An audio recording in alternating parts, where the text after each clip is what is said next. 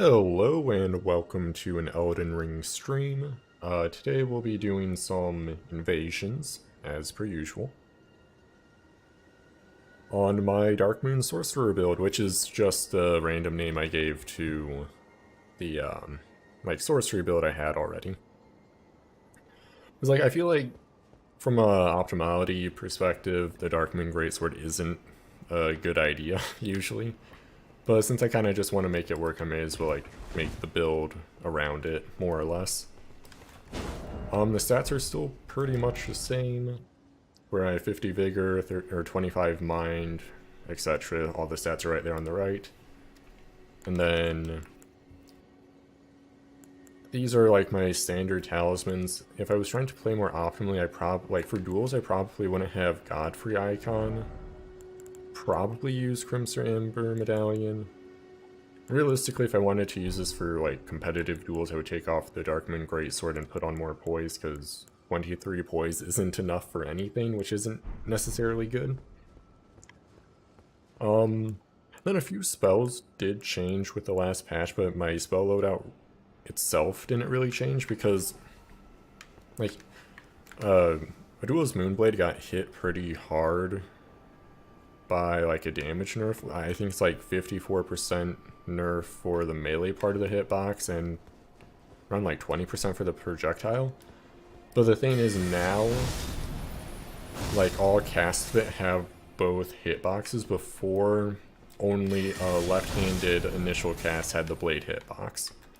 So overall you can do a lot more DPS with it now, and it works generally better for roll catching. A combo that has been working pretty well so far is do this, they roll, and then if they have low poise, the blade will stagger into a confirmed comet, which it does a lot of damage, it turns out. But the thing is, that only works if they don't have much poise. And I think that if they're too close, it doesn't combo because there's not enough delay with the blade hit and whatnot.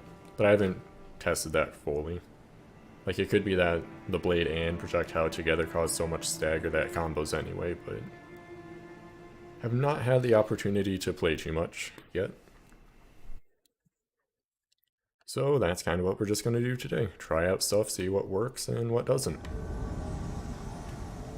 Okay, oh, that guy is dead. So that did a lot of damage. I'm gonna probably not use...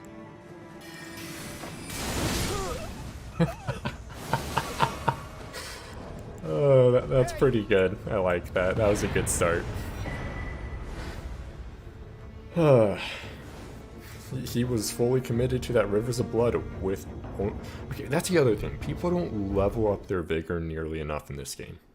How are they level 125 or thereabout with only 1k HP? I feel like I'm pretty squishy with only 50 Vigor instead of 20 or 60. Even I have 1700 health. They have 30 Vigor on a PvP meta build. But then again, the influx of new people to this game is a ton. And stat priority for builds isn't necessarily the most intuitive thing in these games. Because in a lot of games, equipment is a lot more important. Having good armor makes up for having low health a lot of the time, but not so much in this game. Any of the Souls games, really. It has an impact, but generally having more health is more valuable than just better armor.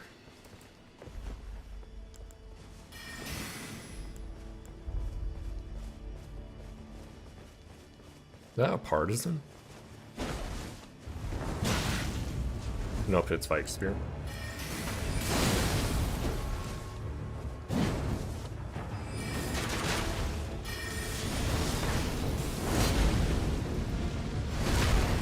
Good fight.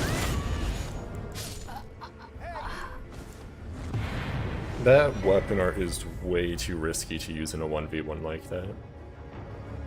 I even walked through part of the fire effect, but that doesn't cause stagger. And then it's just recovery for days for a free backstab. So I'm gonna check audio quickly, make sure all the stuff is balanced properly. 3 days for a free backstab.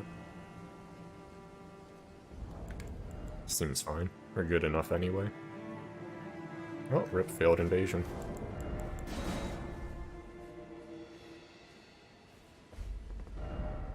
And I'll probably invade here. Like, I really like invading here because there's, like, some variation to the, like, terrain and whatnot. I find invading, like, the lake isn't that fun most of the time because you run into a lot of, like, honed bolt spam. So not only do you have, like, the projectile that's really... Like, you need to pay attention to the caster to properly dodge it, because there's no, like, projectile indicator for it. And then it also has, like, the lingering lightning projectiles on the water. That makes it more annoying to deal with. But I guess there is a good bit of, like, terrain variety if, like, you go into the ruins themselves. But I feel like most of the time you invade, like, in the really open area, which isn't ideal. And actually, mountaintops isn't bad either. Like, I tend to invade up in this part, so I don't run into people just, like, standing on the lake or whatever. I feel like I haven't really given Halo Tree enough time invading and whatnot. At 125 anyway. Because I feel like I need to try later in Halo Tree, because invading at the... like, this area isn't very good because you have to fight upwards.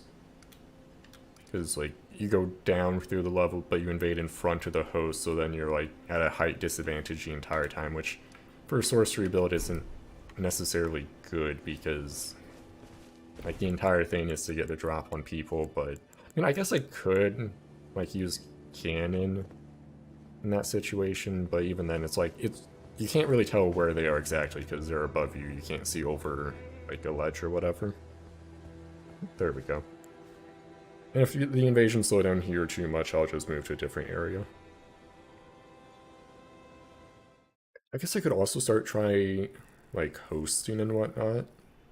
Because, like, if there's just too many invaders for, like, the number of people hosting, you'd be, like, you're going to be waiting for an open spot to invade and whatnot, whereas hosting would just be instant. That too? I only see the host.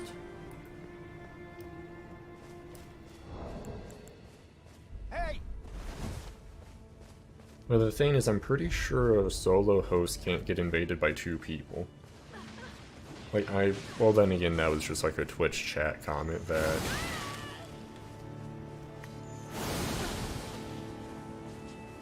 Okay, yeah, there's a hunter.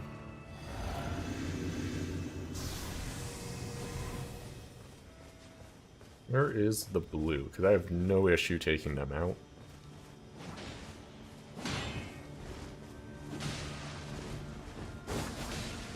Rivers of blood.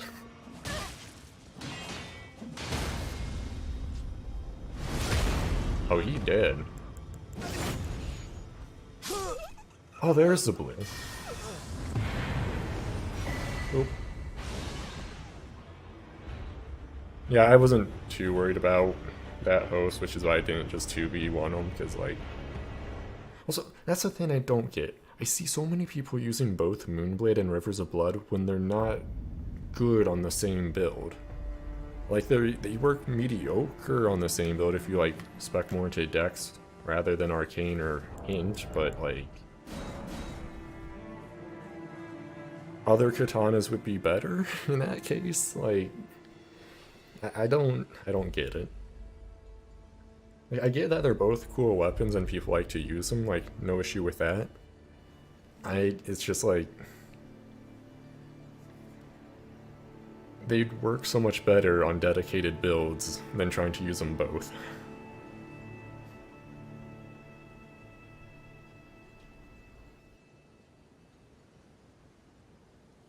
That's probably just me, like, putting too much time into Souls games and...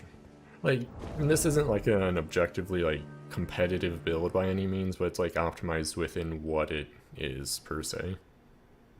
Like, I'm always gonna do, like, fashion over, like, functionality. Especially to, like, get good poise in this build, you have to, it's like, use, like, 3 armor sets and that's it. Which, no, I'm not sacrificing that much fashion for being able to face tank light weapons. Especially because on a sorcery build, I feel like the trade-off should be that I'm squishier.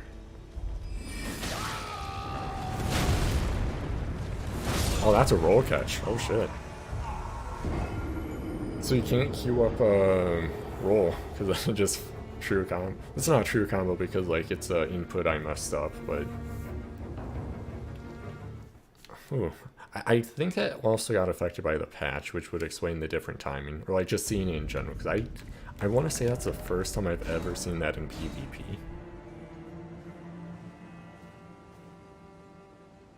It does good damage too. That's actually probably really good for invasions. Like, it stuns everyone around you, and it has a follow-up, and if it has hyper armor, then it's fairly safe to go for the second, like, proc of it as well. If it doesn't have hyper armor, it's not necessarily the case, because you would just, like, get hit in the face and die if you try and do that in a 3v1. So I think that was a heal. I didn't see the barrier of gold, like, particle effect. Where are they going? Oh no, he's fat rolling. There's the barrier of gold, I'm pretty sure.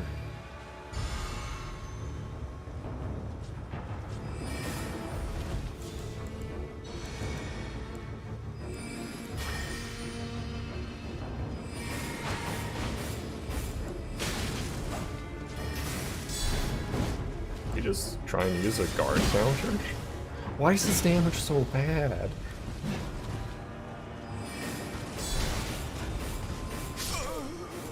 Oh no. Well, good fight, I guess.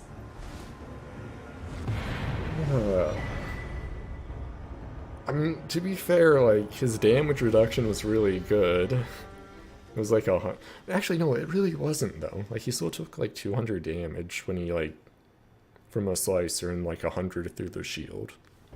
For how many buffs he stacked, that wasn't that good, realistically. And because he's fat rolling, he has, like, no other option than, like, to try and tank there. But because his poise wasn't high enough, he could also, like, not attack me out of the spam either. It just... I'm not sure what he could have really done there with their build, to be fair.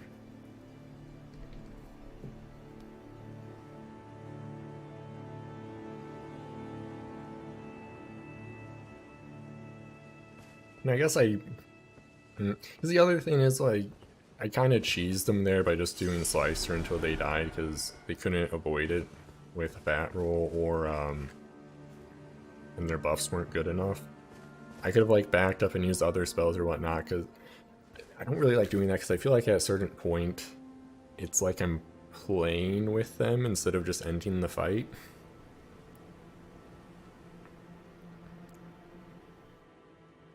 Because, I don't know.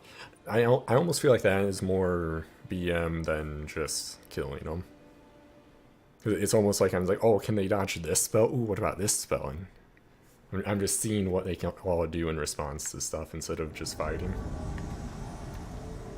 I think that's 2 people. Oh, is that a red with him as well? Oh no, it's 3 people, and they just have the host disguise.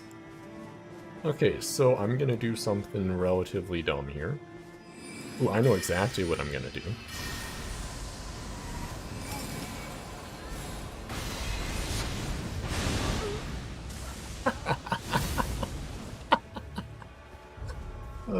That's pretty good.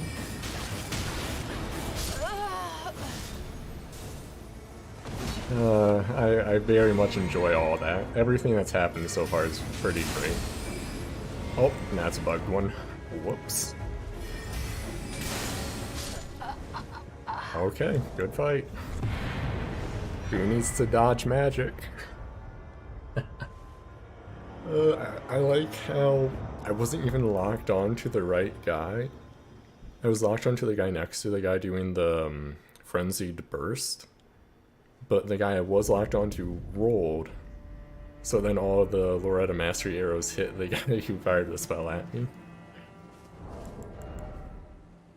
That's a fun trick you can do with Loretta's Mastery, because it has insane tracking. You can fire it backwards and it loops all the way around to hit people. And the fun thing about it is a fairly wide, like, turn radius, so we'll go outside of their camera, then just come back in and, like, hit them in the side. And also, I keep thinking about making a new build, but I just always come back to this one, because I have so much fun with it.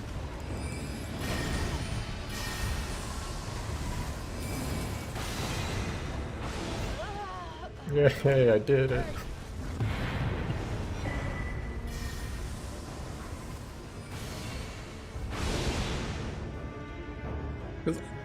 Just the way I play these games, I find the versatility of sorcery is really nice.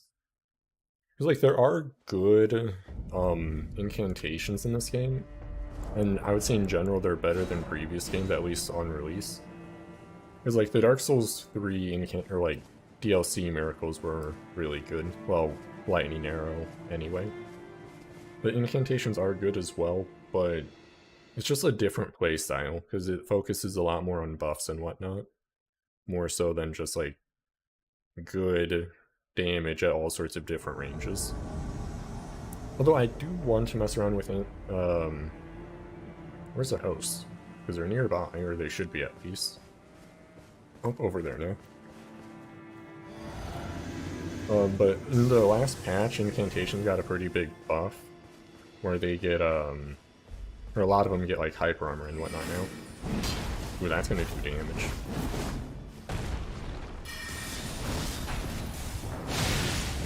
Ooh, instant blood loss is painful. I'll take it. I'm just gonna do this back because I'll get. Ooh, wee. Bad choice, bad choice. So much damage. I'm gonna try this. Take it.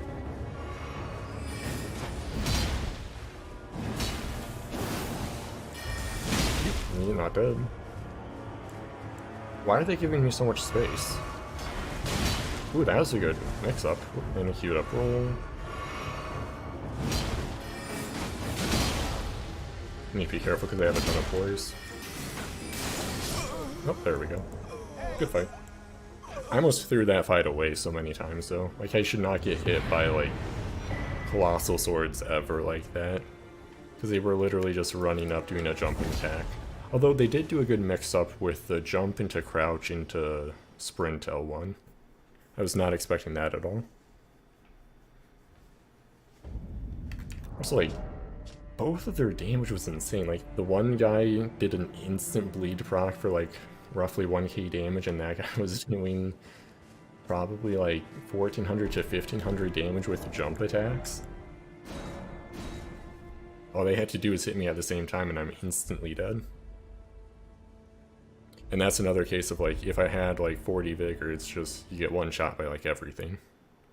That's the other thing. How do people play this, like, this game so much in PvP? Get one shot, like, every other, like, invasion or whatever. And then just think that they don't need more health. You think eventually it would click that maybe their build doesn't work properly. And this is Rivers of Blood and Moonveil guy. And he has a good amount of poise, so I have to watch out for that. I really hope they fix that tracking. Ooh, there is a good bit of latency there. That's a lot of bleed build up too.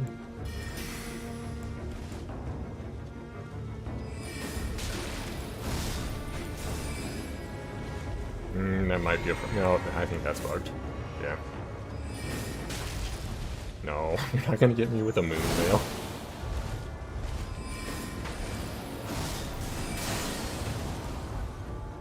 Yeah, the latency's not... Also, I like the bugged, Glint Blade. Oh, that's not what I wanted to do.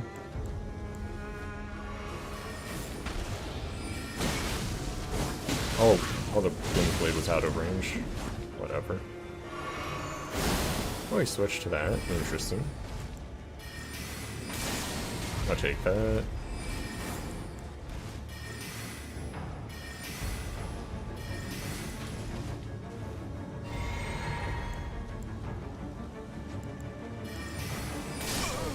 There we go.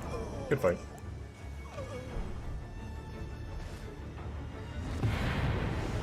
But yeah, what happened with that Glint Blade is whenever you do a like triple combo into a Glint Blade, it does that where it just bugs it. It doesn't even fire a projectile when that happens, which is a bit annoying. And you like it gets removed whenever you full reload an area, so it should be gone from once he spawns in. So it just wastes FP on my end. And I do hope they fix like the third combo cast bugs, because if you do it with a few incantations, it instantly casts them. Like without the just combo animation either. Which is like the worst whenever, I think it's like catch flame into like one of the magma worms or whatever, where it does the giant spray of lava instantly without animation for like 1k damage. So like, I think it's like you do a running bestial sling or running catch flame into that and it's just boom, dead. Not much you can really do about it. I don't think there's any instant cast sorceries really. But I know there's the bug with Glint Blade, but it doesn't do anything, so it's whatever. But I don't think there's like you can combo cast a ton of sorceries, and it's really effective because a lot of them have very similar animations and all that. But I don't think there's any like actual glitched ones where it's like good for PvP or whatever.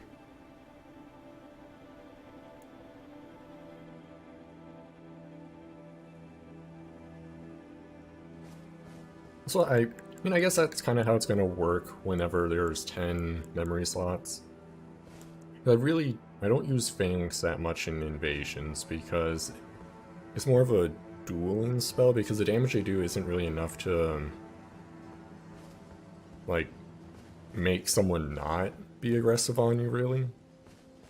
Because then they'll just fire, and if there's like 2 or 3 people, it doesn't matter, like they don't do enough damage. This is a good ambush spell, same with that. More damage is always good, and then anti-caster. There are other good sorceries that I don't use, like Collapsing Star and Shard Spiral. I mean, Shard Spiral is a good spell when it's a level area. If there's like any like change in elevation, I find it hits terrain too often, and then it doesn't like go continuously, so that's not too great.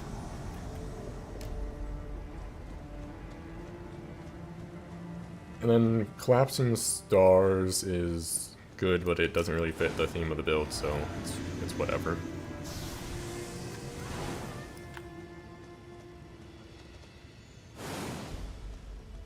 Is he using the all-knowing scepter?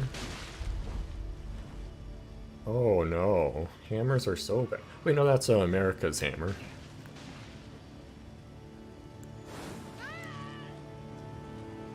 And like, I realize this guy could have been ganking or whatever beforehand, but he's using a hammer. I kind of feel bad for him.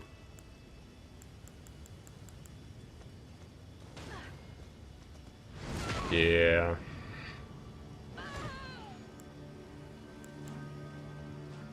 That's way too early for a wake up. Oh, he's doing 337 damage per swing too. It's such a small amount of damage. Like, I think my fully buffed up Darkmoon greatsword R1s do like a dumb amount of damage in comparison. Ooh, blue. Let's get him. No.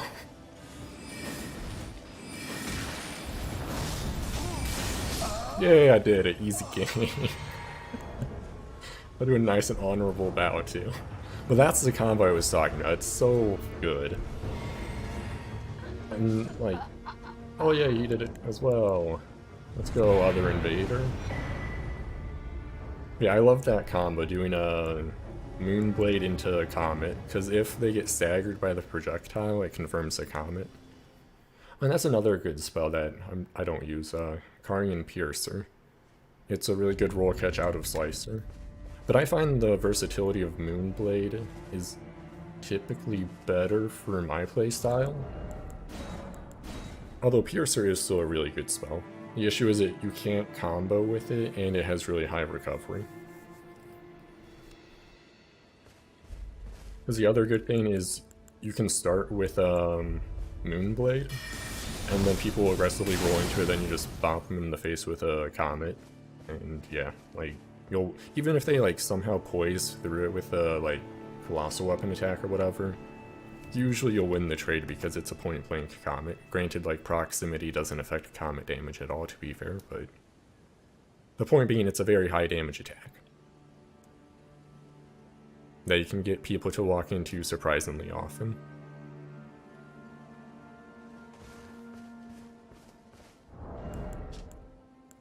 Well, like, a far better build would be drop the greatsword, put on these two catalysts, have both of them. Then since you dropped the greatsword, you get so many points back from strength and whatnot. Put all those into mind. Put on like some combination of veteran's armor and either like one of these two hats.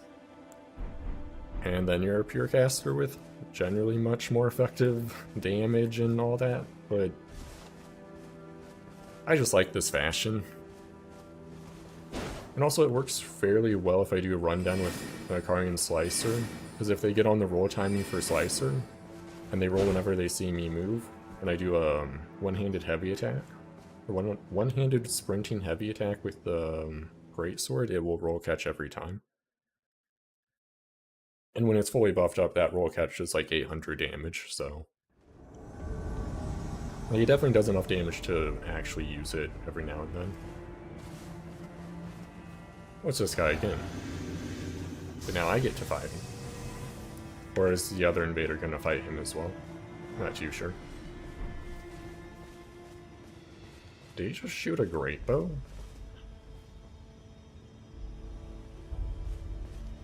I'm just gonna watch again.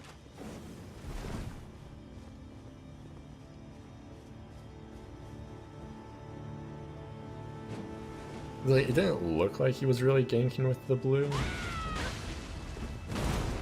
And also I kind of feel bad for this guy, because even with a jumping attack, that did 400 damage. Like, I don't know what that guy's build is, but...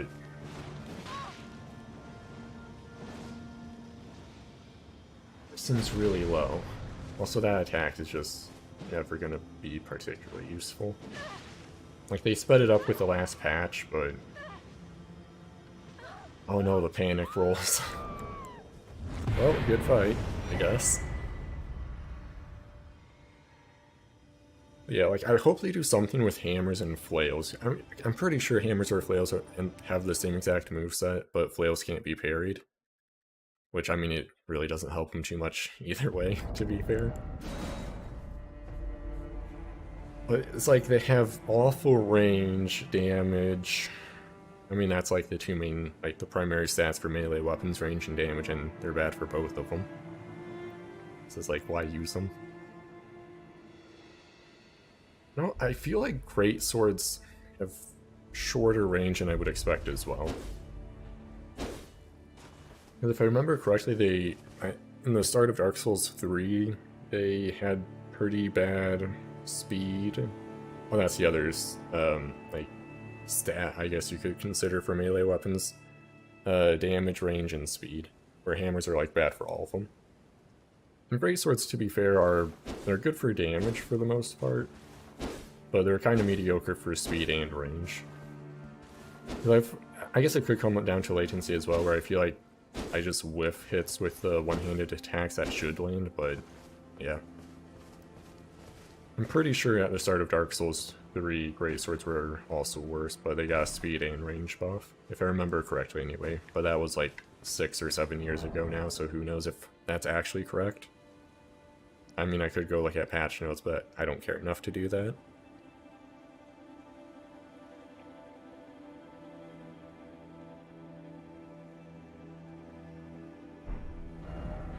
Well, let's go try somewhere else. Let's see what mountaintops is like. Although I'm not really enjoying invading at mountaintops recently because of how bugged the shaders are. Like, nothing has shadows that should. Although it looks like they fixed, like, the broken lines everywhere by just removing the shaders that were broken, which... I mean, I guess it's better than having them there still, but it still looks so weird not having shadows for the majority of, like, objects and whatnot.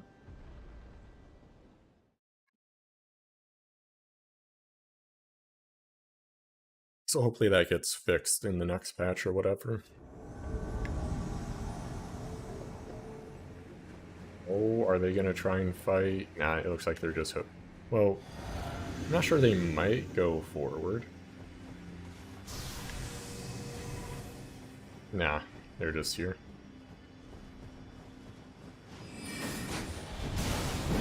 Oh, not that weapon arc spam. Oh, down here now. That uses so little FP that they can... Actually, I don't even think that uses FP, really. Did you just roll all... Oh, no, he's still there. What is this guy's connection?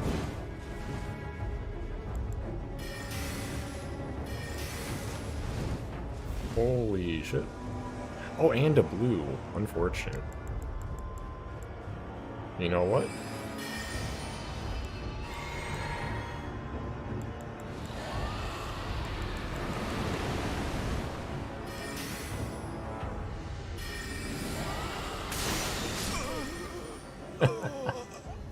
Oh, this summon is so laggy.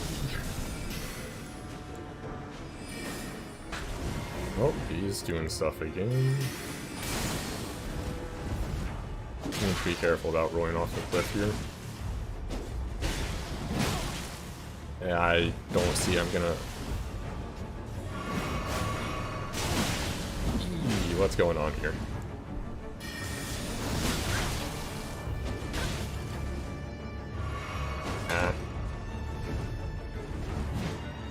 Need to get some space.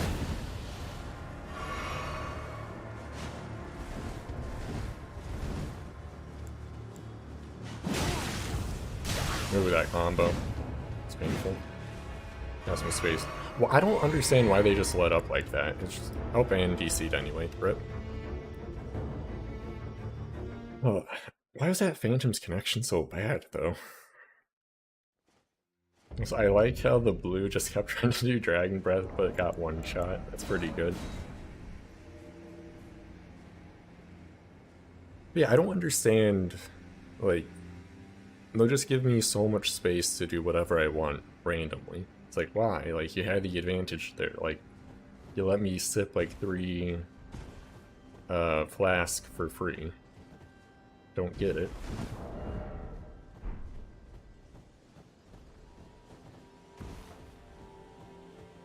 And I'm not really complaining, I'm just confused. It feels like invasions here are going to be relatively slow, which is unfortunate. I do have a save backup where this build's level 80, which would probably be pretty active here. But I do feel like 125 is a bit high. And I guess I could try invading in, like, at Freezing Lake itself, just to see what we run into there. But I feel like Freezing Lake is a bit iffy to invade at, because it's just wide open area with nothing to, like, have cover and whatnot. So if you run into a gank with casters and whatnot, you just kinda die.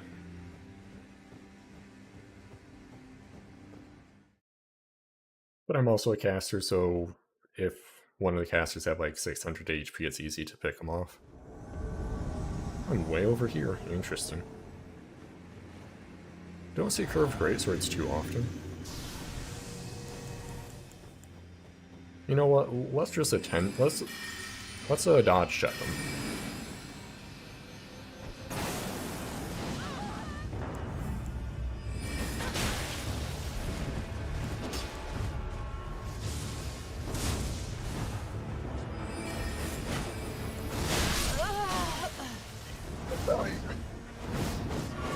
Why was that so slow?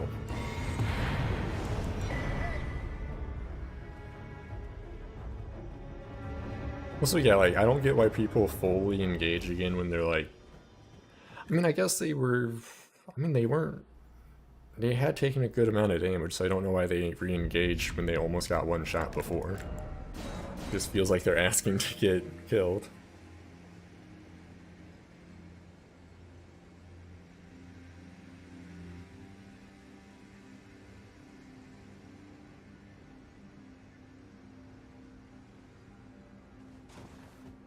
Oh, is this going to be a failed invasion? I'm pretty sure it said invading another world, right? Not too sure. I think it did, though. I feel like this is probably a failed invasion.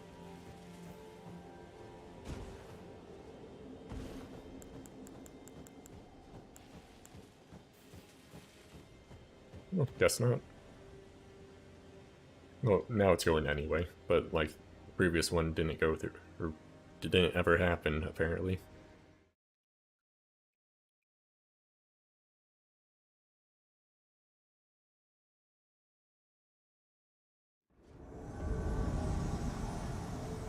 Okay, what do we have? Oh, that's a caster. Yeah. Okay, it is.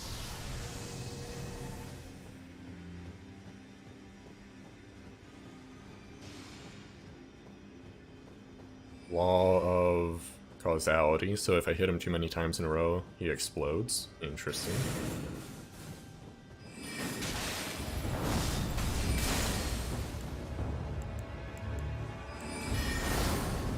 Why would he do that one instead of like the longer range version?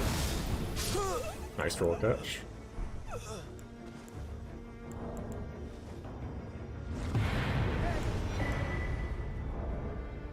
Yeah, like the slight lingering hitbox on the projectile as well makes it really good for roll catching. Now, I don't know why it never seemed to work like that for the previous patch. Because I'm pretty sure the issue was on a combo cast it didn't have a melee hitbox. But the projectile should have still worked the same. And like, a combo casted Moonblade should have already been able to do that, but I guess I never really tried it because I knew it wasn't working properly. Like, since I knew it wouldn't have a melee hitbox when comboed, I never used it in a combo because it did like half damage. Now that it works properly comboed, I'm way up here. I'm just gonna try relocating instead of running all the way down. Yeah, because they're down there. So I guess I could have always been doing that combo for like 20% more damage pre-patch.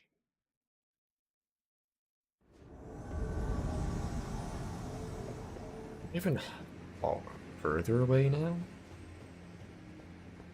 Wait, what is that positioning? Why would it put me over here? They're on the lake. Excuse me, game? It's like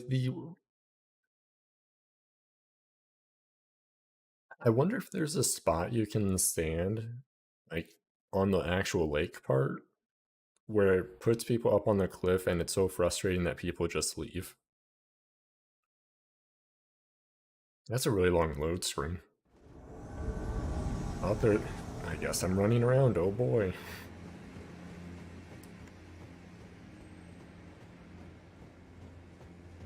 But the thing is, to get all the way over there,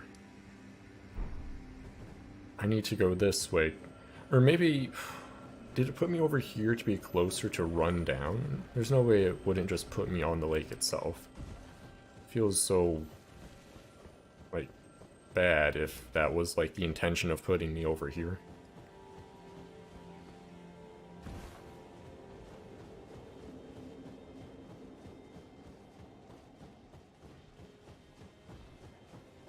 And I guess this is another reason why invading that freezing lake is kinda... whatever. It can be really annoying. Because if you get put all the way up... I mean, I guess I may as well try this. If I get put on the lake, great. If not, then I just lost like 20 seconds or whatever. Like, there's potential to save a lot of time by teleporting again. Hey! Wait, why are we down here now? I mean, it's better.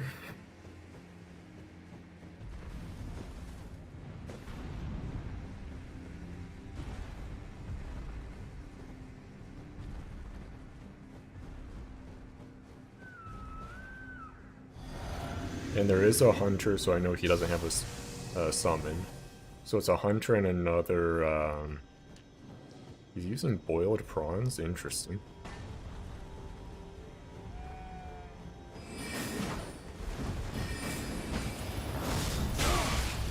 Some latency there. Ooh, a lot of latency, really. Okay, I'll take it, I guess. I never like fights like that, because it's not like, it doesn't feel like an actual fight. It's just who spammed buttons first and won. Oh, and that was another spell that got a buff with the patch, the Gavel of Haima. I don't feel like it does enough damage for what it is. It's like I tested it with a friend, fully charged with all my buffs up, with Terra Magica as well. Does like 1k damage. And it takes forever to cast, and sure it gets hyper armor as a sorcery, which is pretty unique. But like even like nerfed Moonblade does more damage, and it's faster. And it has a ranged component too. Was that? Okay, it's a 3v1 because the hunter got summoned and there's already other people as well.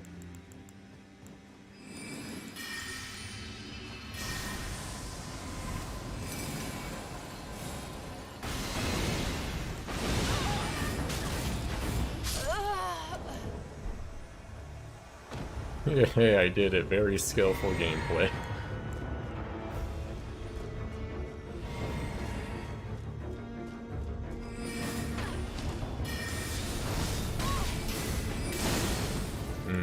Unfortunate tracking there.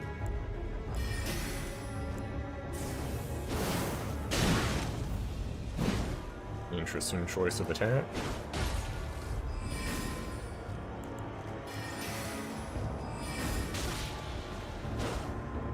Tracking there was a little bit off. No roll catcher? That feels bad. Need to be careful about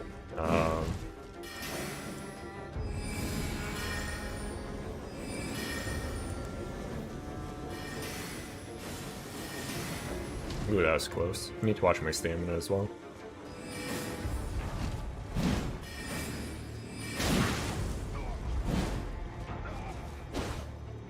This guy's really good about not panic rolling.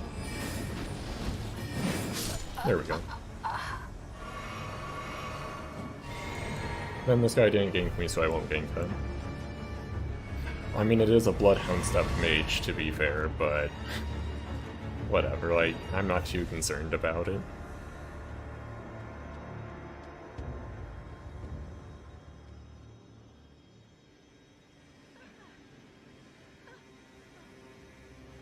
Bloodhound Step is so dumb. Like, if there's even like a tiny amount of latency, it's literally infinite iframes. Bloodhound Step, Stars of... That's another spell that's really good, but I don't use just because of, like... I don't know, it's free chip damage, which I'm not too much of a fan of, because I feel like the trade-off of sorceries is they're relatively easy to dodge. So by making a sorcery that's like free chip damage kinda negates that. How much FP does that guy have? Quite a lot. I guess they've been using Flask pretty frequently. Their damage isn't that great either. Oh, there they go. Hey.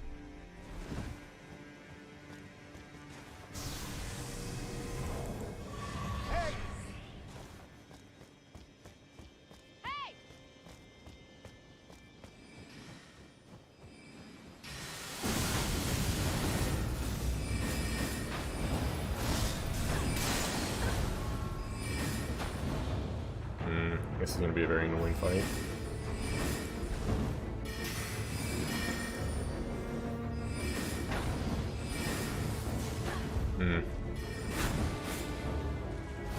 Yeah, they're just gonna bloodhound stuff away from everything I do.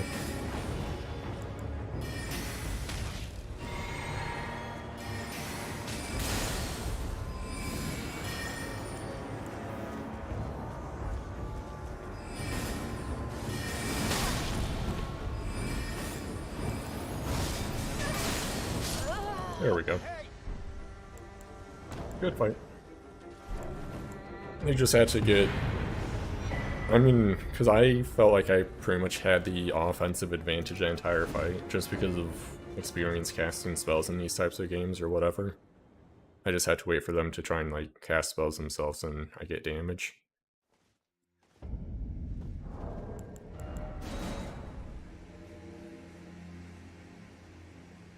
But I noticed a lot of casters in this game, especially for sorcery, like, they don't take advantage of combo cast much at all. Like, they'll cast one spell, reset to neutral, cast another spell, reset to neutral, etc. Whereas, like, you get so much more offensive pressure if you combo spells and all that.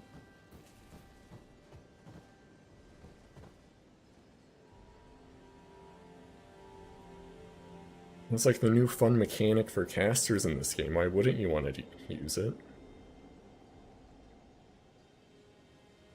I do feel like I could probably use the Darkmoon greatsword a bit more compared to what I currently am doing. But, I mean, it's whatever. It's a very situationally useful tool for this build. It's so slow in comparison to, like, Slicer and all that. Like, it's slow, like, its damage is higher, sure, but it's slower and has pretty much the same range anyway. So there's not very many situations where it's actually worthwhile to use. I mean, it seems like these people are up here.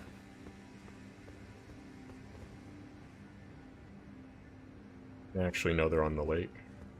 Around, I guess? Actually, yeah, I'm just gonna spam relocate.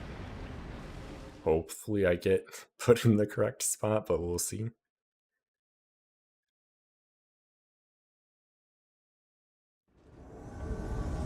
Hey, good enough.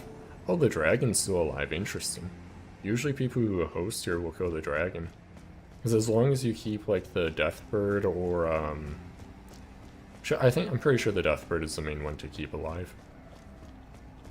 The dragon is a very annoying one to keep alive just because of, like, how close it is in comparison. I just realized they could have, like, they could see, oh, they're right there.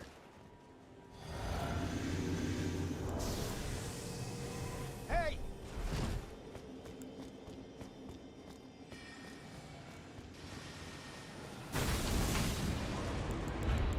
Okay, we have a caster. Let's get this up.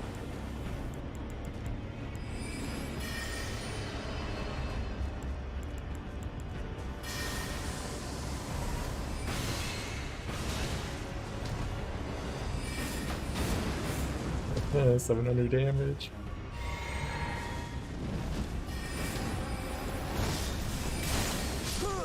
Nice. Ooh, that is... Oh, why am I doing this? That's not what I wanted to do. I guess that's one issue of never really using, like, consumables. I'm just too used to always having my health potion ready to go. So sorry to this other invader that I just, like, bailed on for no good reason. You know what? This guy spams spells on me. I'm gonna return the favor.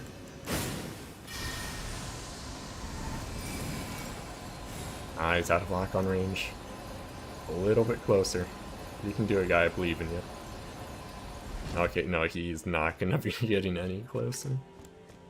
But the other issue with relocating is it removed my buff, which is unfortunate.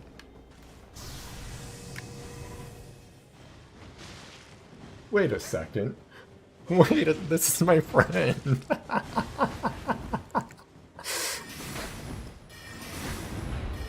Okay, that's pretty funny. Oh, that's pretty funny.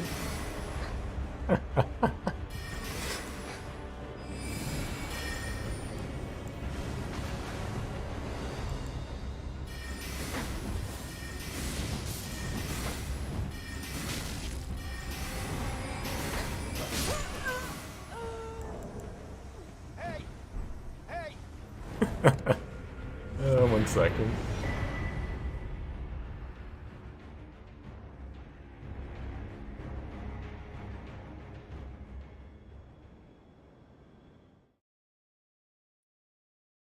That's what are the chances?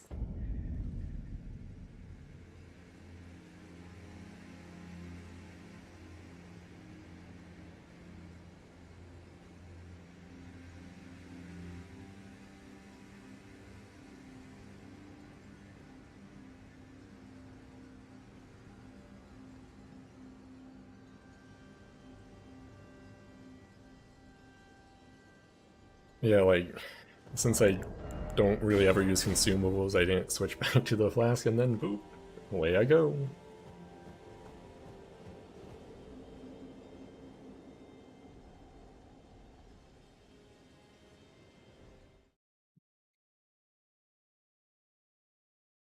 I should have killed him, that would have been a good meme.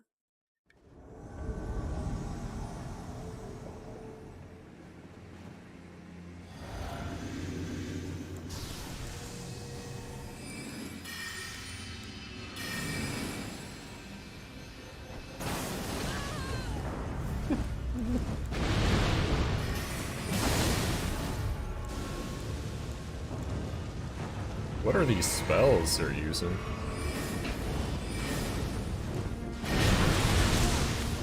Ooh, that's painful. Did not have a proper setup to go for a parry there. Oh, there's a third guy too. Oh, that's probably where the lightning came from.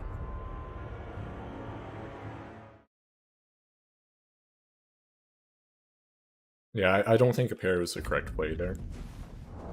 Like, with all the projectiles incoming, there wasn't really much of a guarantee for it to actually go through.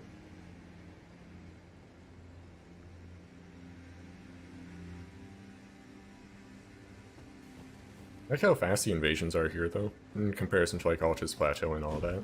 I definitely like the Altus Plateau, I guess, terrain more, but that doesn't matter much if you have to wait, like, 2 minutes per invasion. Ooh, that's a Bolgo dual katana. That is gonna be painful. You know what? This guy wants to be tanky.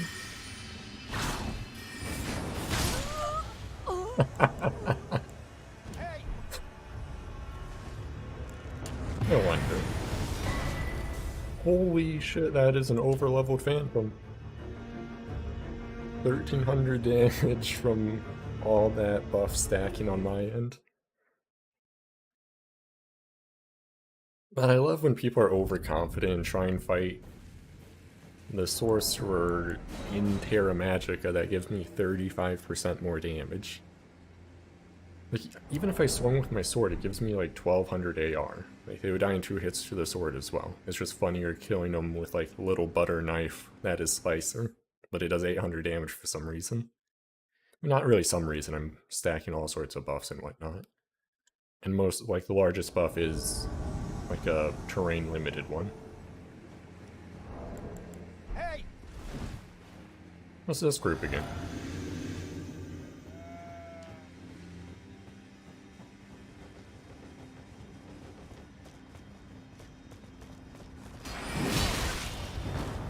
Actually, good trade for me.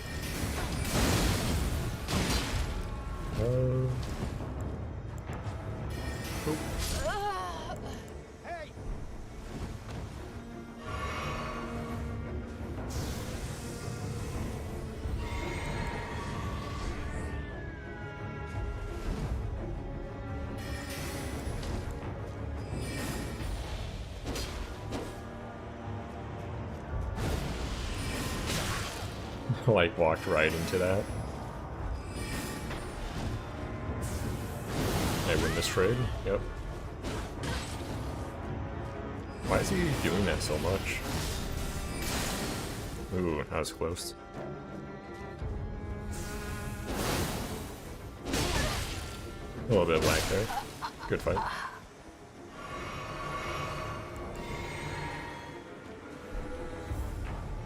And this is Bloodhound Step, Mage guy, yeah. Interesting use of that.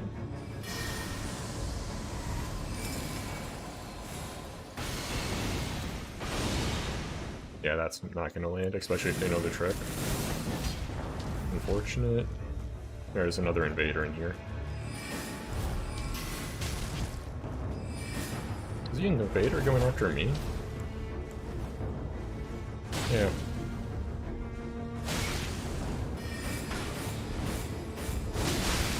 Holy, that damage, what the hell? How did they just do 1700 damage in one weapon art? I guess the main issue was like the first hit did 1500 damage, then I got roll caught by the second set. Well, it didn't seem like they had very much HP. I think that would have been around like 1k if I saw correctly for the first slicer hit. But what in the world is that damage? I have nearly 1800 HP and one weapon art one-shot me.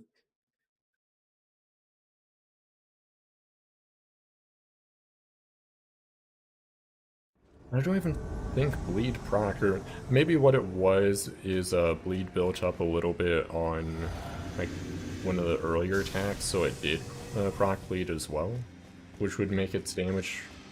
Oh, barrier of gold. This is gonna be painful.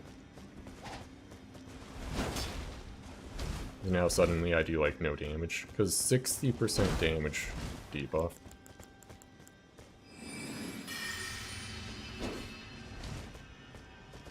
He still doesn't want to fight me.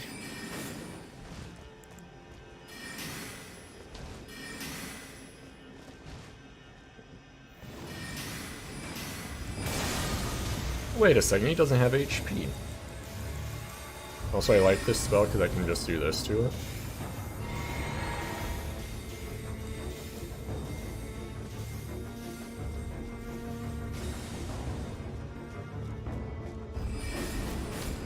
Blood on step 2, that's pretty impressive.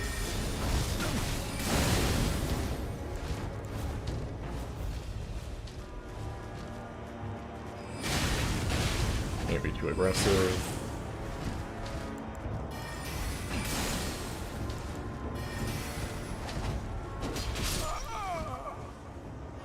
How do you lose to a caster when they do 60% reduced damage?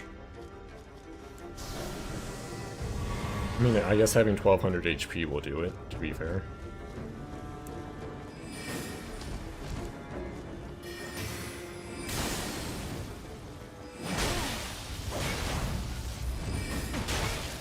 Okay, they have poise. But sometimes poise is a bad thing to have. Oh, there we go.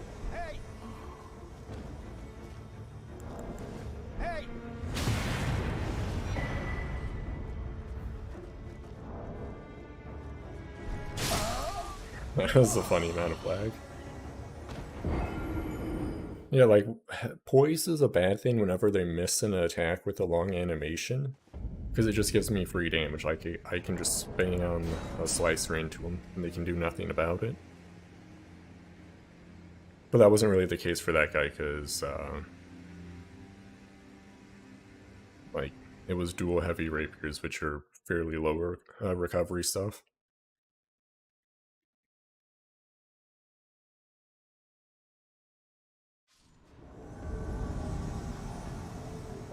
Ew, that doesn't look like a very fun squad to run into. Ooh, the slow walk.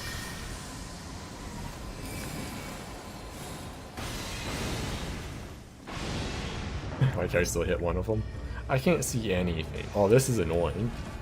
Night Comet? Interesting.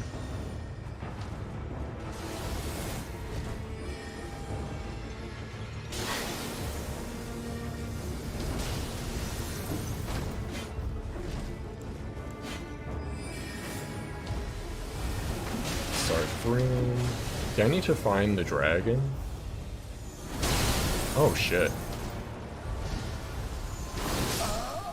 Yeah, I don't know what I could have done there. Because the thing is, they only need lock on, because it's a one target versus 3. And then because I can't see what they're all doing, I just kind of die. So I think my best bet there would have been to find the dragon to kind of even it out. but I had like no idea what part of the map. I mean, since I was in the like freezing mist or whatever, fog, whatever you want to call it, I knew I was in the general area, but the other thing is he probably wouldn't have actually followed me deep enough into it to get to the dragon.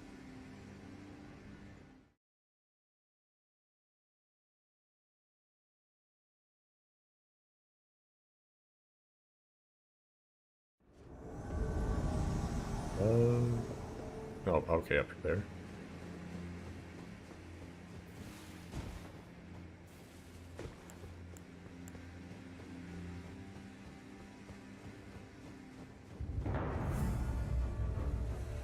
Oh, they're actually fighting the PvE. Interesting.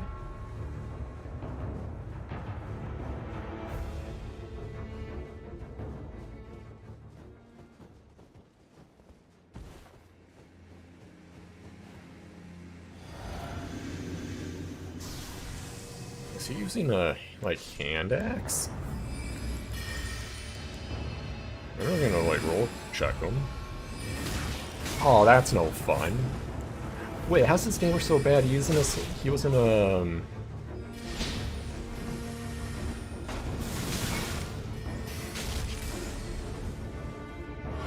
What are this guy's spells?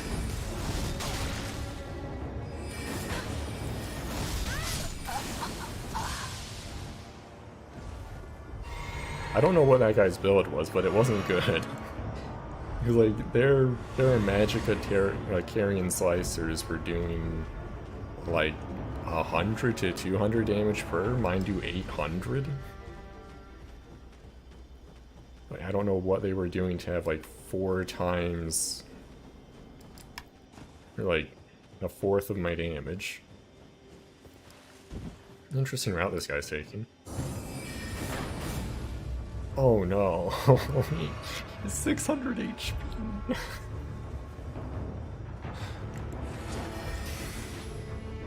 Okay, it's a little bit more than that. It's a solid 900. Okay, it's not even 900. I mean, it's right around there anyway. Okay, what was that crew? Because they're around 125. Like, lowest it could be is like, I don't know, like 100-ish? I'm not sure. I don't think the invasion range down is as much. It might just be like 10% down. So they were like, say lowest it could have been is like 110, give or take.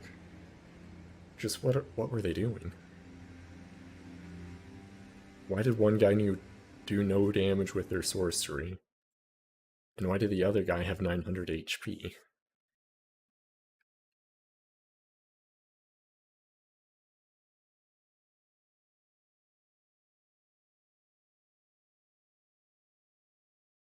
I guess it doesn't really matter because like you don't need a very good build to make it through the PvE because as long as you level up and make sure your weapon up.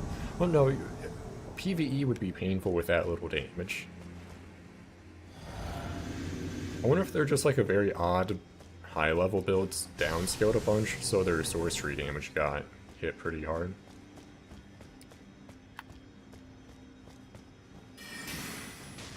I'm actually kind of surprised that landed. Oh, it's this group.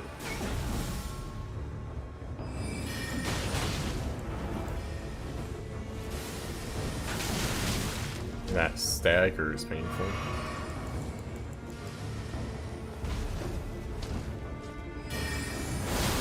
That's unfortunate. Yeah, I don't know what I really do here. Yeah. Holy shit, that had more range than I thought. Yeah, like, what do I do? Because, I feel like the stagger from Star Shower is a lot more oppressive in a gank than Stars of Ruin. Because Stars of Ruin never causes stagger. Where, like, I feel like the main thing they're trying to go for is Star Shower into Moonveil. And it just leaves me, like, no opportunity to actually attack. If I don't focus the caster, I'll get stunned by Star Shower, but if I focus the caster, then there's a Moonveil guy behind me. Then, like, the third guy gets summoned and it's 2 casters, it's like you just kinda die. I guess I could try using Guardian Retaliation just as like a mind game aspect. It's not like a good mind game because it does like 400 damage now, but it's still something. They don't...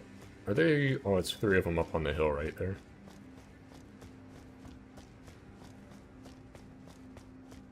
Interesting spot to stand, or like just wait for people, I suppose.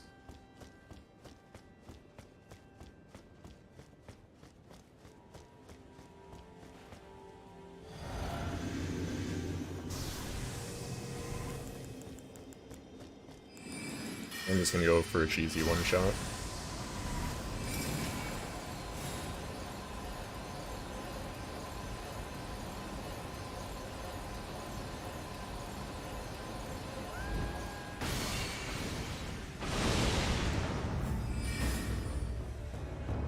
Are you running away?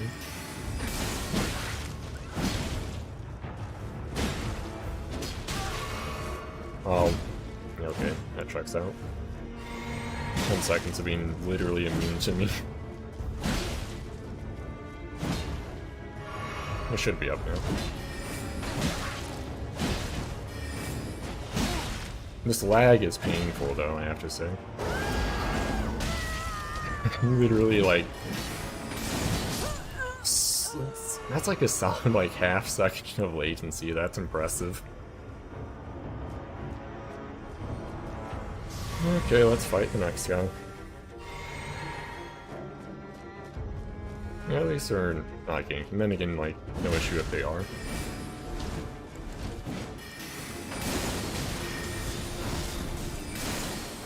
That was so close.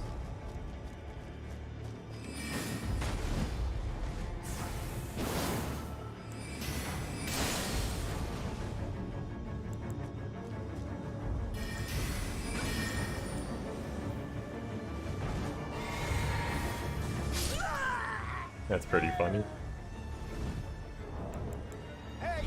Then he's running around back this way to summon more people, I imagine.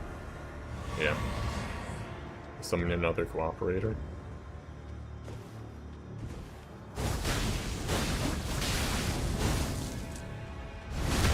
I'm actually really surprised I just dodged through all of that, if I'm being honest.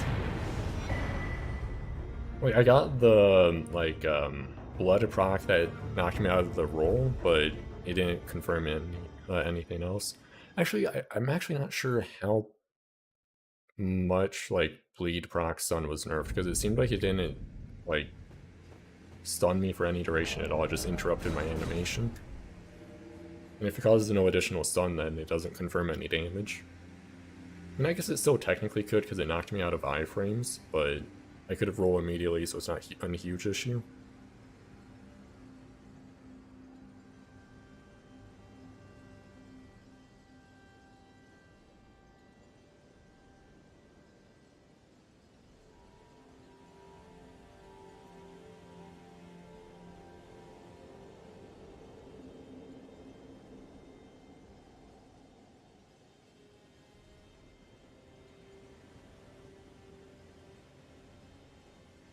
What? Okay, it's already like 8:16 or so. Probably go for like another hour, give or take.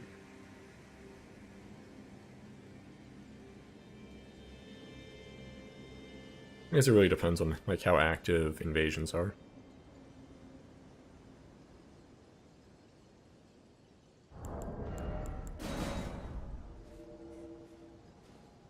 Then again, like whenever one area isn't as active, I can just go to another. But I feel like Liurnia Lake is probably the most active place for meta level like invasions anyway. It's just lightning spells are really annoying there. Okay, is there gonna be a 2v2? The guy looks like they're fat rolling. Or at least have heavy equip load, which isn't great to have your teammate like that. I guess maybe not.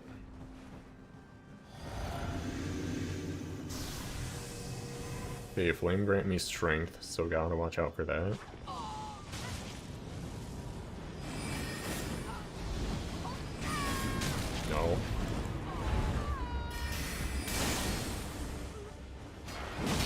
That was your turn and burn. Some latency there.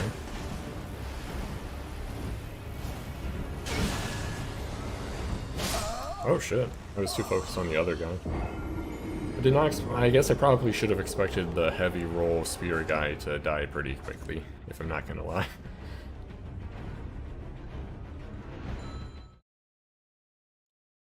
Oh, he was doing the. I mean, that doesn't matter anymore. Crying retaliation. Retaliation isn't like a very threatening thing, but they were like self-procking it still. But again, it does 400 damage, so it's like whatever. Like there's a weapon art that does the same thing effectively.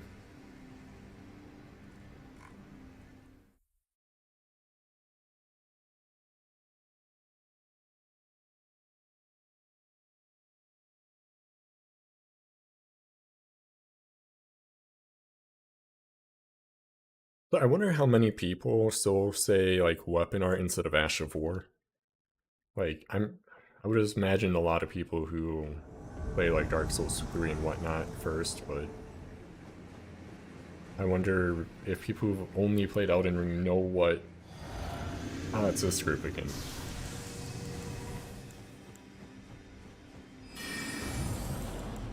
I'm just gonna try some stuff.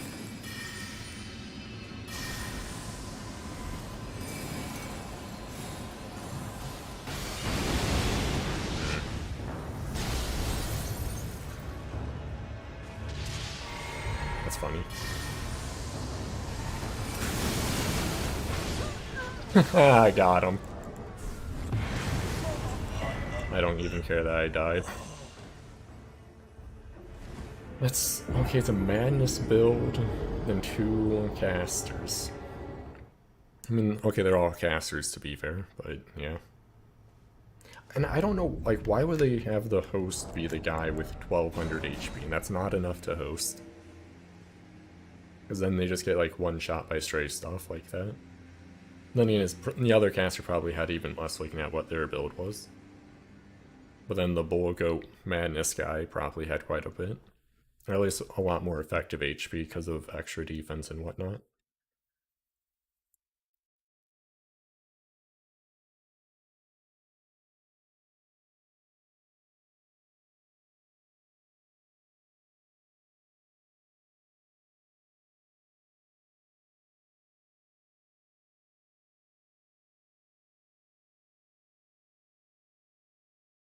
This might be a bad invasion. I'll give it a minute though. And also, like, whenever it's like a triple caster gank like that, they never use fun spells either. It's like, I wouldn't really say Loretta's Mastery is a good spell. Like, its only thing it really has going for it is its range and tracking. Because its damage is fairly in line with other spells for its, like, FP cost anyway.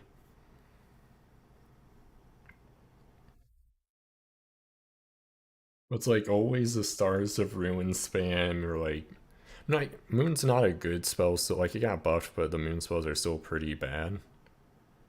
Like the main annoyance with Moon spells is like their projectile path or like speed is really odd, and they do a ton of damage. And if you get hit by like, I think both of them cause like 20% more magic damage. So I mean, but in PvP you don't need that. Like if you get hit by it, you're pretty much dead already.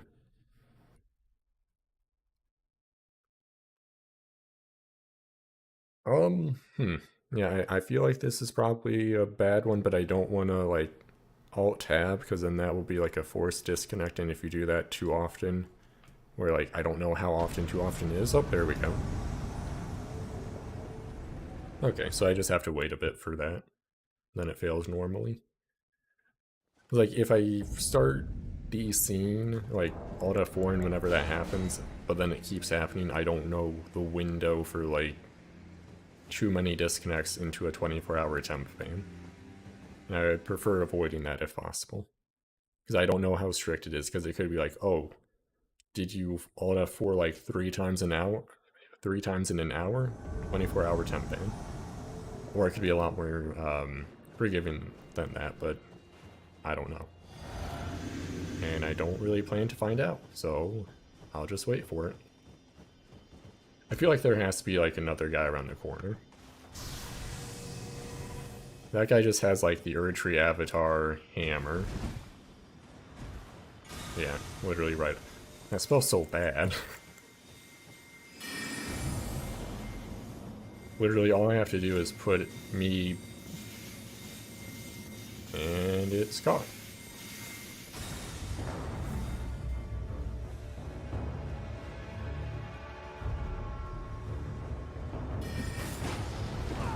And he has another 1.2k. Then the other guy is trying to cast spells at me. Okay. Kind of clip shot him? Yeah, it is. Why are they fighting here? This is such an annoying spot to try and fight. Why is their damage so bad?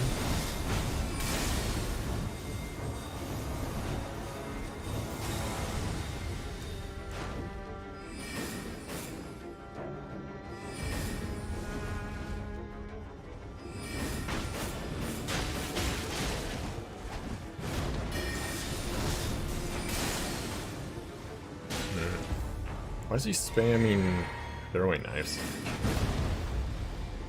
I want to kill this guy just... Yeah, I wanted to kill the Phantom. Why is his damage so bad? I gotta watch out for that, I might kill him. Oh, hello, nothing but typing. I imagine you typed that in this last evasion. But then again, I'm not too good at checking chat. So I'm just invading on my sorcery build. There's the stats. Like, it'd be a lot better if I didn't use a Darkmoon greatsword and instead had like 2 catalysts and sacked poise, but I tend to like make like build work more than just like a character work more so than a build.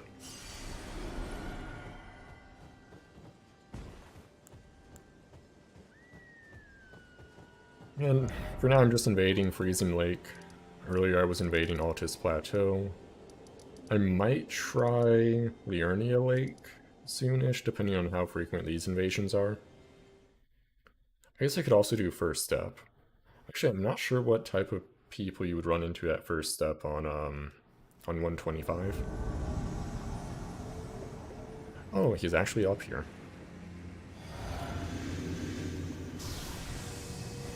Is that dual cross Naginata? Yeah. Bit of latency.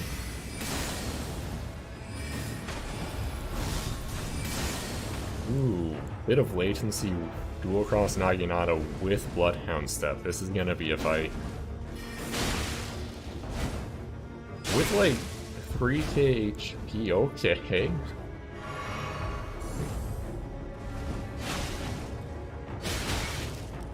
I don't think I've ever seen that attack before. Yeah, I wasn't gonna... That fight would have taken forever. Because they had Morgott Rune with like 60 bigger with all the bigger stacking stuff. Probably not quite 3k HP, but they had a ton. And since they had like half a second of latency with Bloodhound stuff, they had infinite iframes effectively. Which is unfortunate.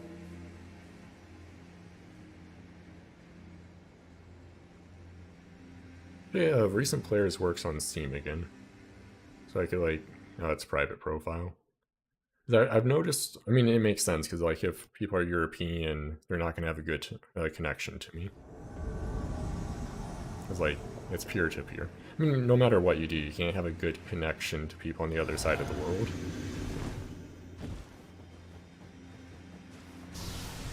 Can't tell if that's a red or another summon. Okay, it's a red.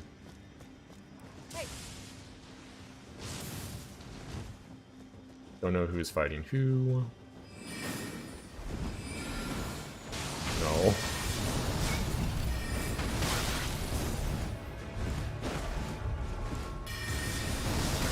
Interesting. Oh, that was a queued up cell. That's unfortunate. I really wish they would have fixed, like, action storing by now. But it's probably something engine related. Because as long as you input another action, like even if you get interrupted, it's still going to try and do that. So what I tried to do there is Moonblade into Comet, but because I didn't interrupt him before he got the Piercer out, I had already queued up the Comet, so as soon as I recovered from the Piercer hit, it queued up a base Comet cast, which takes forever.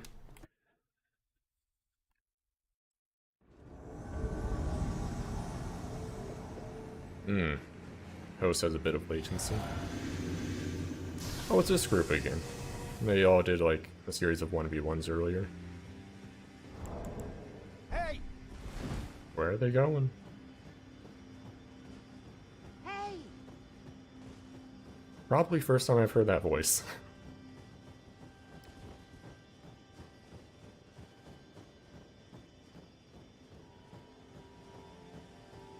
Okay, they're changing their equipment. Are they good to fight yet? There we go.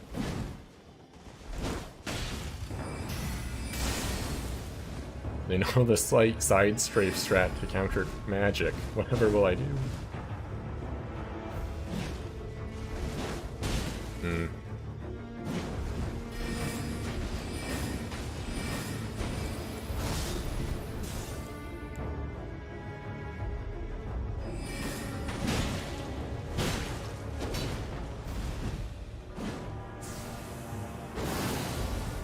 The vertical tracking on that attack is so bad.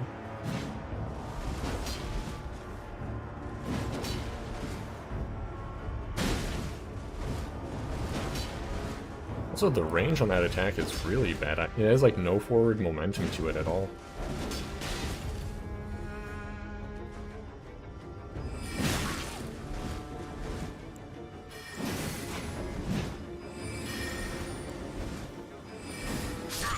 There we go.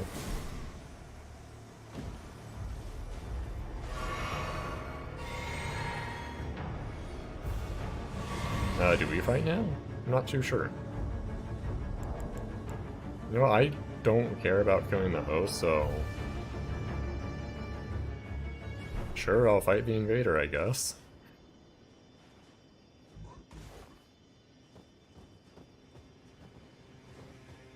Or does he want to fight the host? I guess we're going.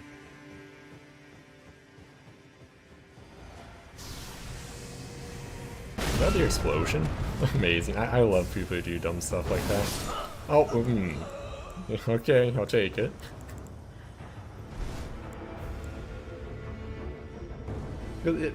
Stuff like that just makes the game more fun. What was that guy summoned? Because he only gave me 700 souls. I feel like that's low.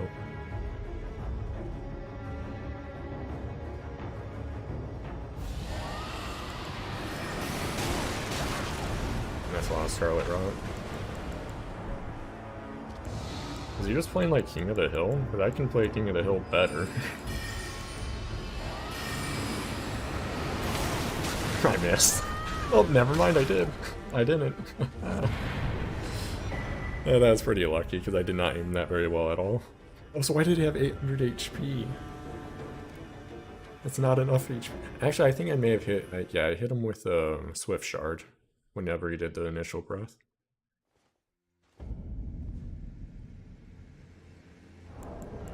But still, that's not enough HP for 125. I feel like 50 Vigor is the minimum for 125. That's without a Source Heal.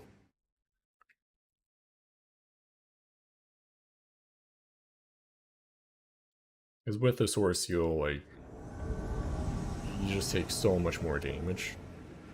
Is this Blood? Yeah, it's Bloodhound Step Dual Cross Naginata guy. It's extremely laggy. Well, this is gonna be so boring, yay.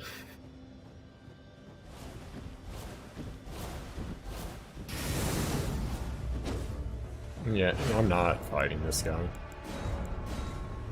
Because literally he's just gonna spam that.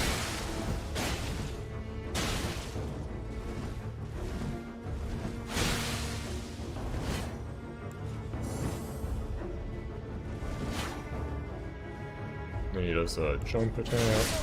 What is that range?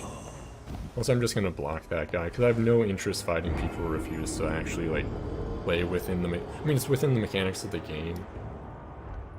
But Bloodhound Step with, like, that much lag completely ignores, like, any semblance of PvP balance.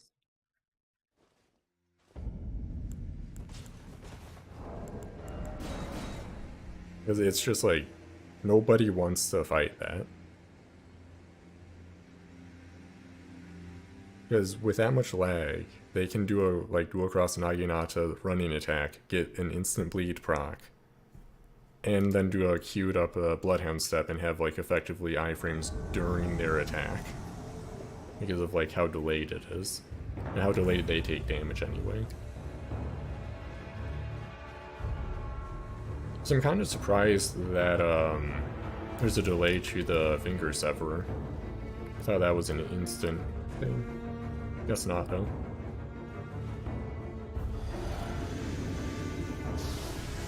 Also, I'm really surprised they didn't touch Bloodhound Step at all in the last patch. Oh, they don't know they have to hit the skeletons again. Oop. Oh shit, he's alive.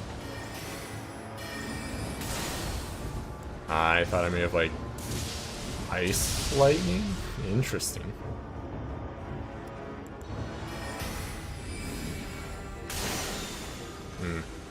Not as much tracking as I would hope. Oh shit.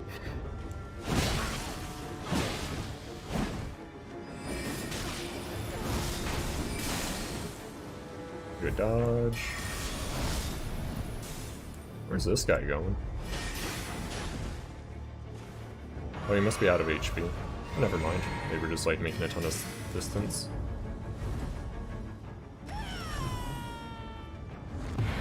Oh, he died to the PvE. That's fun. Yeah, it's really sloppy on my part.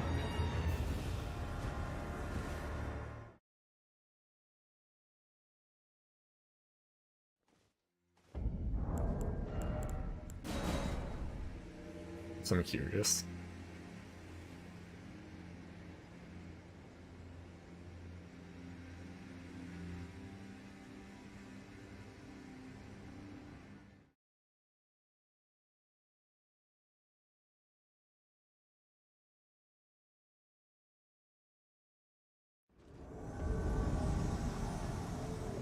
Seeing if my friend who's also invading has ran into the Bloodhound Step guy.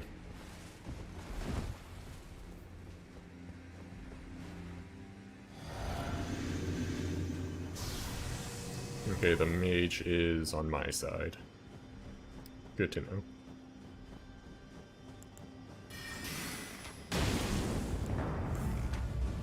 No.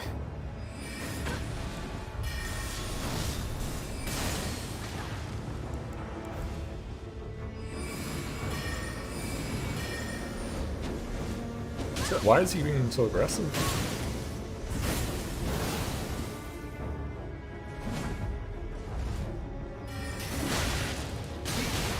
Eee, the status effects, that's painful.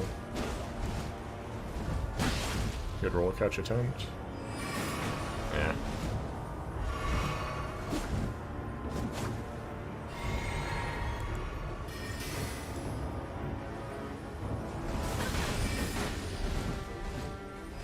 This guy's a very overleveled Phantom.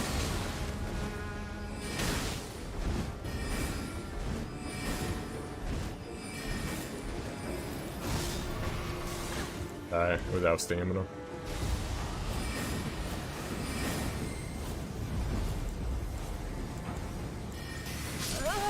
He was out of flask, that's funny.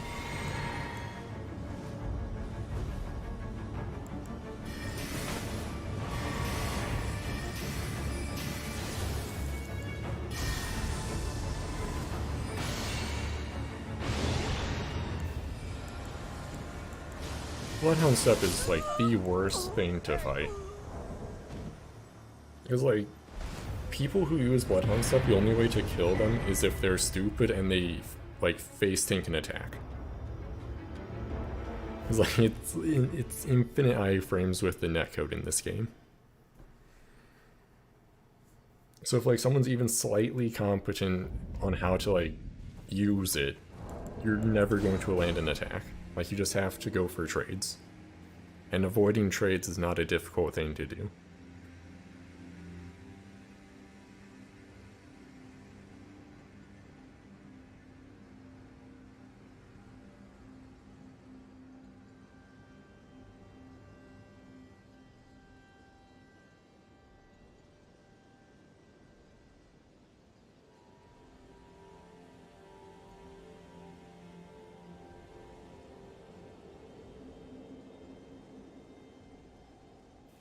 So hopefully, like, because the other thing is, like, I understand people who are very, like, PvE, like, focused, where they don't care about the multiplayer whatsoever. They like Bloodhound. I mean, okay, even from a PvE perspective, Bloodhound stuff is too much, because it trivializes, like, properly timing attacks. Like, you don't need to learn a moveset if you can just Bloodhound step through everything. So, like, it even needs adjusted from a PvE perspective, in my opinion. Yeah, pretty much the same build.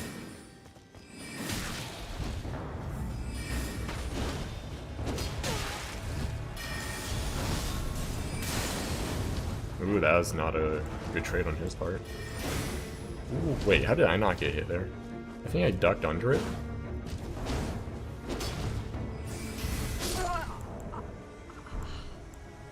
Good fight.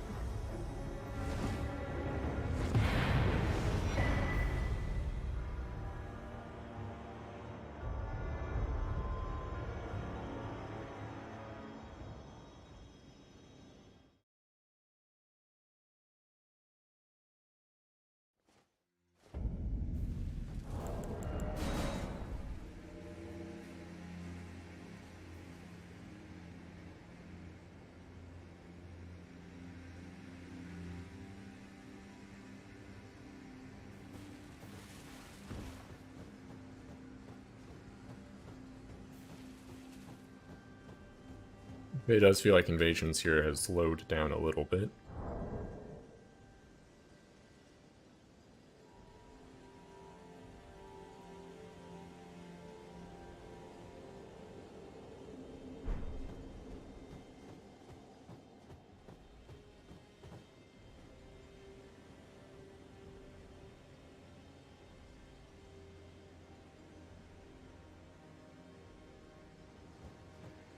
By a little bit, I mean a lot of it, apparently.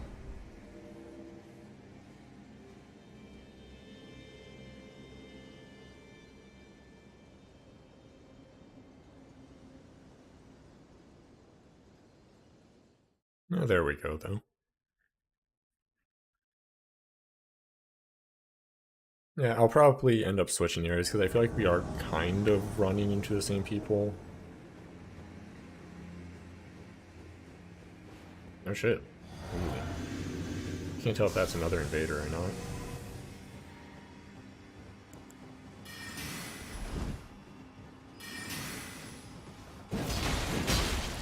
Ooh. That's a lot of voice.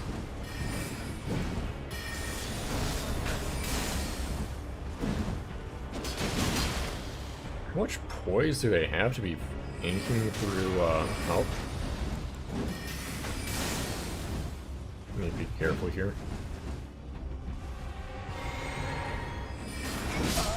Oh, so close. I should not have been as greedy there. I don't think they got staggered a single time during all of that. Which is odd because poise is like a status effect bar, but in reverse. I guess it doesn't matter which way you look at it, but poise is like every time you hit with a different weapon, it builds it up every now or so much, and then it decays over time. Actually, I'm not sure if it actually decays over time or if after a timer it replenishes, because there is a difference to that.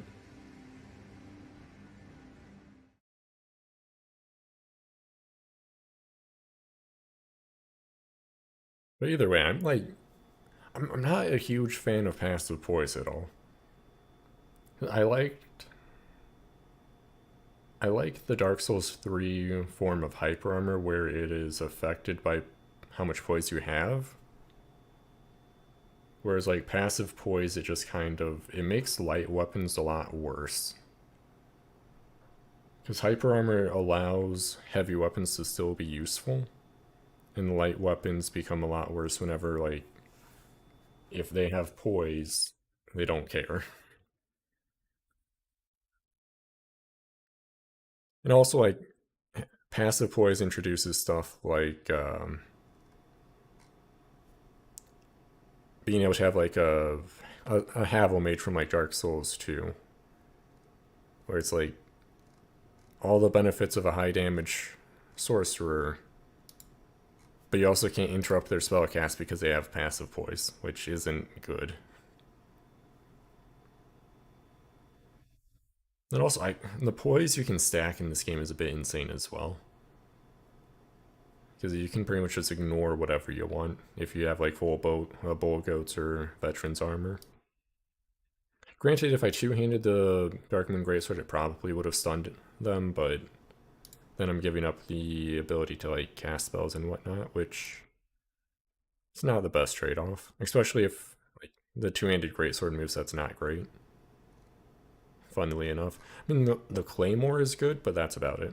Also, I'm gonna let this fail so I don't like Alt F4 and potentially get soft banned.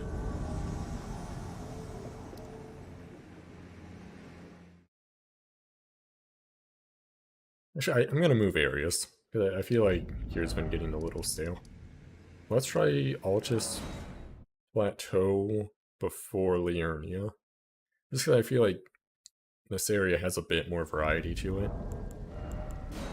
I say that, but like all these areas are just open fields, to be fair.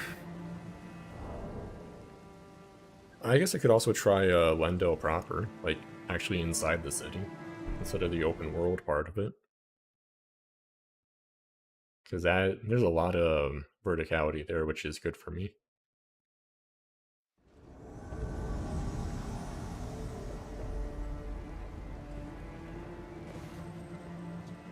Okay, if the host is over that, oh, there they are. That's a 3v1. Okay, I'm gonna run up to that little platform there and see if I can one-shot them with a Loretta Mastery. I'm not sure if I'll be so greedy as to go for the host right away, but I may as well, if I'm being honest.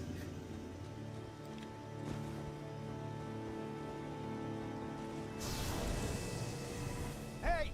Okay, they're dueling. I'll take it.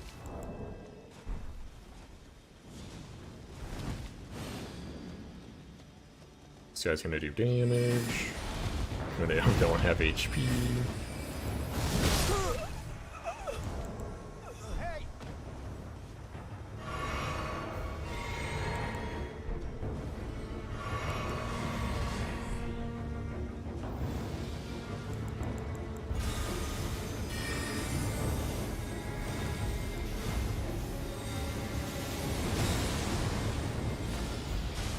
Interesting spell.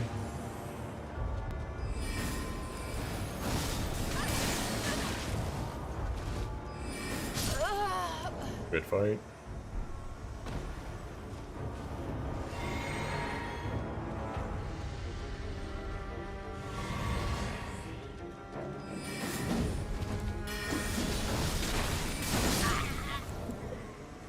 A good fight. So that answers the question of, does a melee Duelist Moonblade combo into a comet if it stuns? Yes, it does. That's a lot of damage.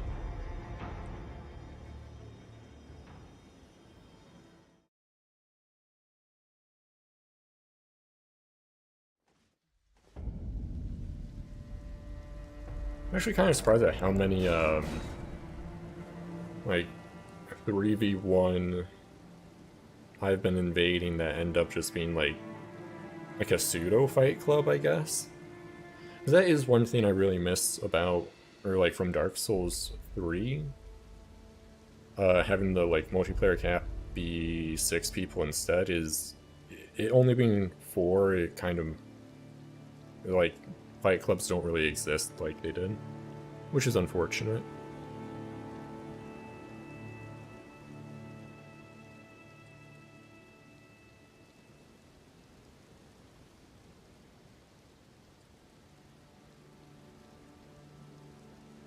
Okay, invasions here do feel kinda slow, which also unfortunate. Well, let's try Liurnia Lake. See how that goes. If it's too much lightning spam, I'll probably end up going elsewhere. And I guess at least I'm not a pyromancy build, because invading here as a pyro is a pain because you're pretty much always doing reduced damage with how much it rains and whatnot. I don't think just being in water reduces fire damage, though. I could be wrong about that. I mean, I hope it doesn't, because that'd be awful for pyro. Okay, someone was over that way, but someone's also here. There's a lot of distance. Oh, that's a summon fighting something. Oh, a Bowl Goat Lance user. Okay. Oh, another invader died. Gotta go. Ooh, that's... Oh, barrier gold.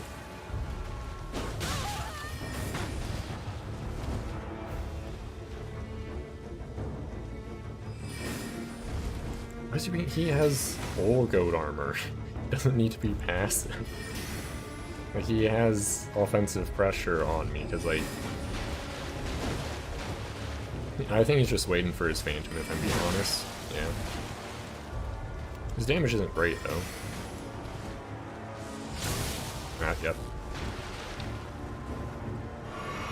Oh, and it's a fingerprint shield. That's fun. Wait, I thought they fixed that.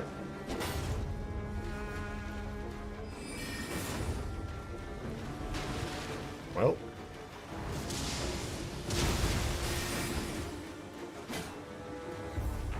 This tracking is so bad. I'm just leaving. Like, I'm not wasting my time. I don't care if they get a little bit of souls. Also, it seems like if you do the, like, Barricade Shield or whatever, Ash of War on Fingerprint Shield, it's infinite stability and, like, block percentages, which is a bit dumb. And, like, sure, I could, like, wait out the barricade, like, duration, but they'll just use it again. Like, yeah. Like, I don't have the patience to, like, sit there and watch somebody hold a shield for, like, a minute at a time. Why is this guy low on HP? I just do this so it's really easy to dodge. Ah, that would do it.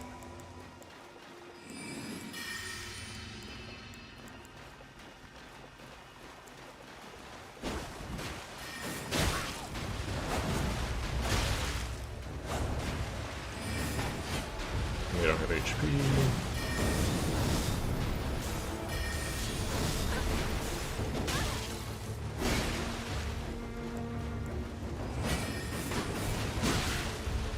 Why is that damage so low? That's like impressively low. Ah, that's a greedy. I mean, their damage is so bad though, it doesn't really matter.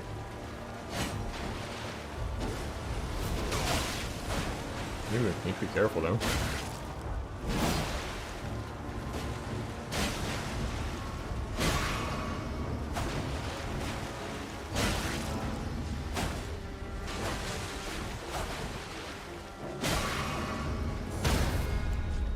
I switched off on one shot, whatever. Good fight. That's the one downside of not having poise either. I can't, like, tank through anything.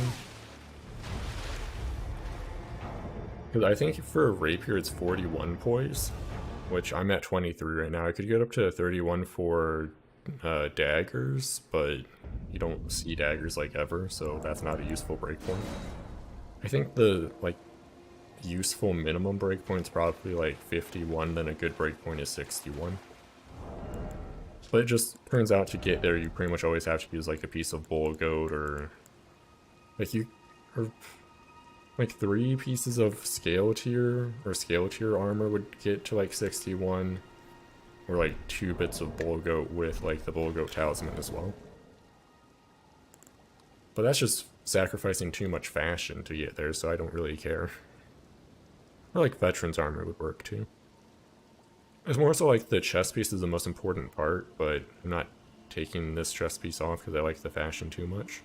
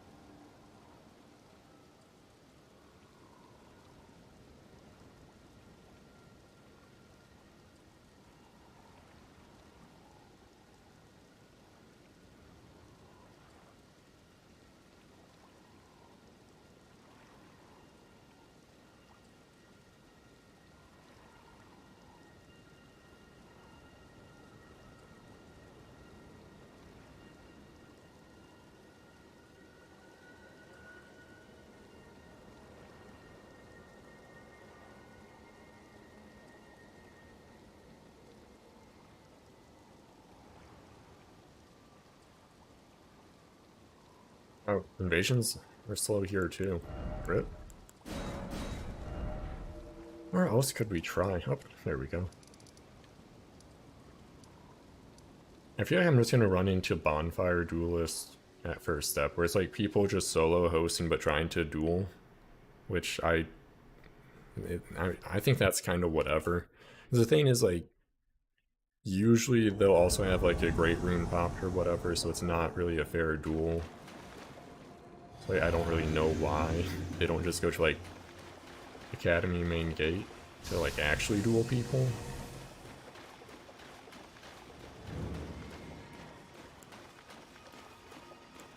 Okay, so that guy is gonna do damage.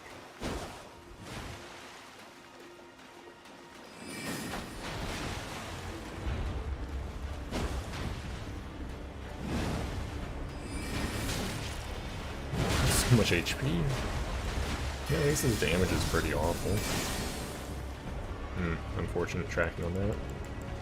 I'm just gonna go... Oh, why did that not cast?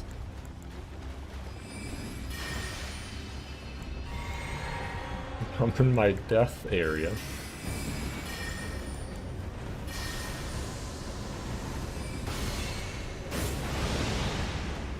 Interesting parry.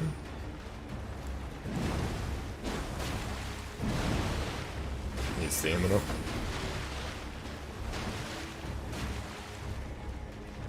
This guy's very passive. There we go.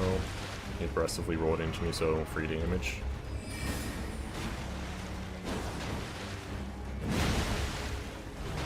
Big change. There we go.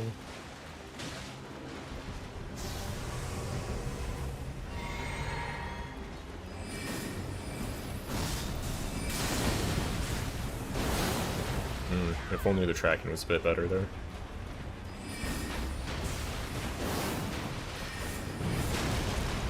Fortunate stagger on his part. I think I just jumped there. He didn't like actually attack.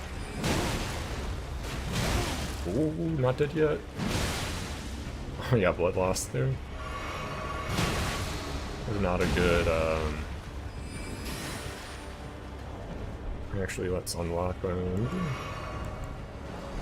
You're my poison.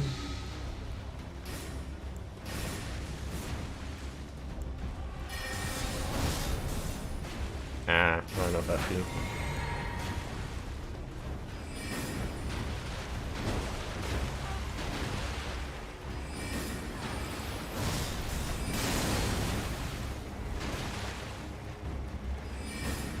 This guy attacks so infrequently.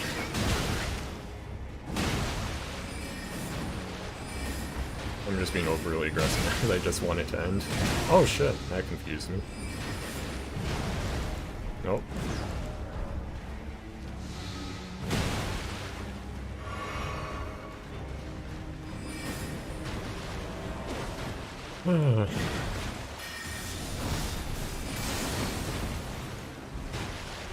job, FP.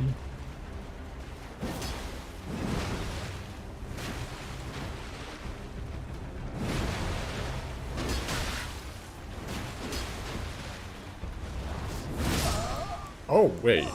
That hitbox hit so much earlier than I expected. Like, it hit when his feet landed, not when the weapon landed. Interesting.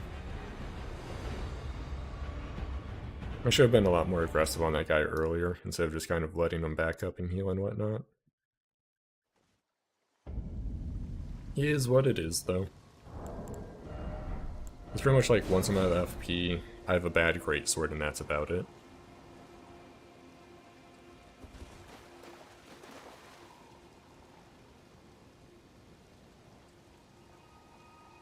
That guy had a ton of HP.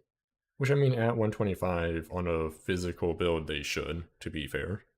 Especially with, like, a Morgott rune active. I think Morgott rune is, like, 20% bonus HP or something like that. That's a lot of buffs.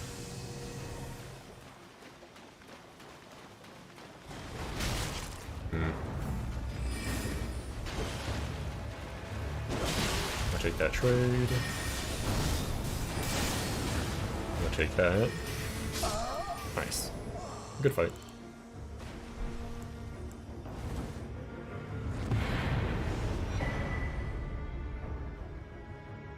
Also, he should have used Bestial Sling a lot more, because that's so annoying to fight as a low poise caster.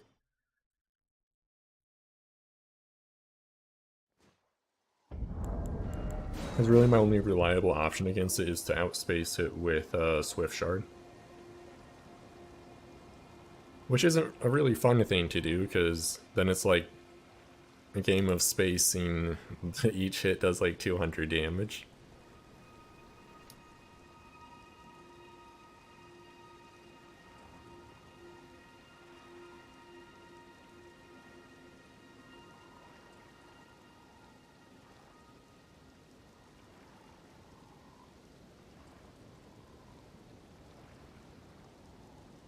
Invasions are not as fast as I would like them to be. I do wonder if it is a case of there being more invaders and hosts, because to get invaded you have to either summon phantoms or use the Taunter's Tongue. Because that removes a ton of potential invasion, like hosts and whatnot, compared to previous games where like a solo host could be invaded. Like, these games are primarily a single player game. It just has like the side multiplayer built into it, which is like what makes them last such a long time. It's just if solo players can't be invaded naturally, it kinda hurts invaders, I feel like. Or at least the frequency of invaders anyway. The thing is, I don't think I have any of the bosses in this area alive still, but I mean, I guess I could see. Okay, no, I do not. Actually, I probably have to end this first.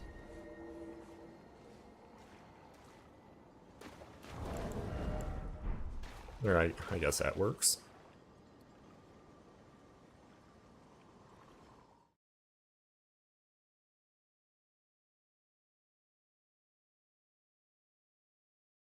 I could also go try, like, late Halo Tree. See what I can all find over that way. I could potentially even find, like, people just going through the game for, like, PvE at 125. I stopped leveling by the time I had gotten to Halo Tree on my first playthrough. Okay, that's dual rapier, so that's gonna be a bit annoying for me.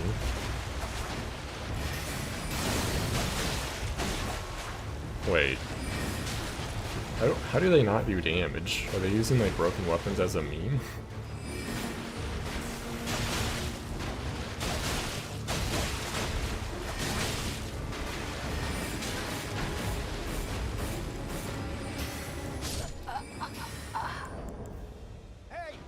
I don't know what that was.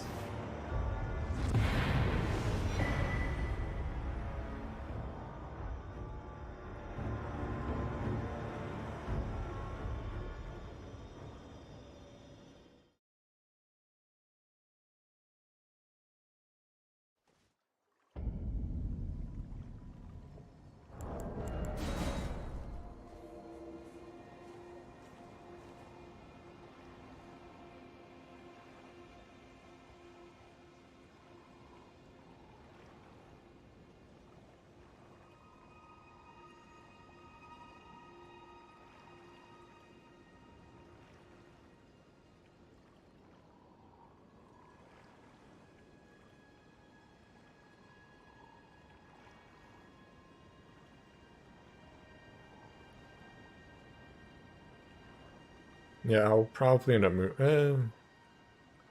I mean, these invasions aren't too slow, but they're not fast by any means.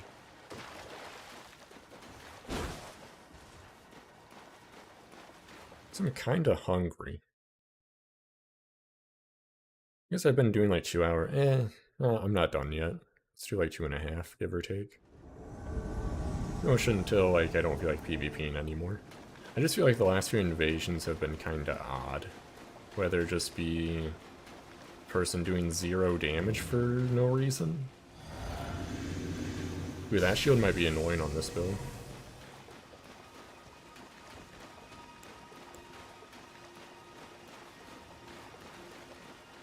Are they trying to cast a buff? No, just a lightning spear. No. Where is her HP?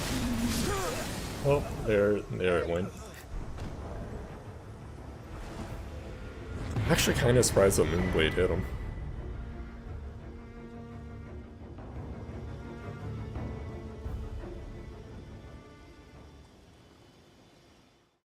I feel like there's an oddly high amount of solo hosts here.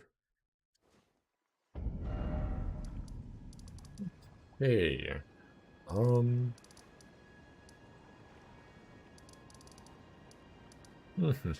Does this say anything useful yet? Not really. Oh, I guess I never tried, like, Lendell Capital proper. I purposely haven't, like, killed Malekith yet to keep this area open. Although I have a feeling it's going to be more effective to just, like, revert my save to, like, when this build's level 80 to actually invade here. Yeah, if it's not instant, you're not going to get people very frequently. Let's try the first step, but again, I feel like it's going to be primarily people dueling, which I don't necessarily want.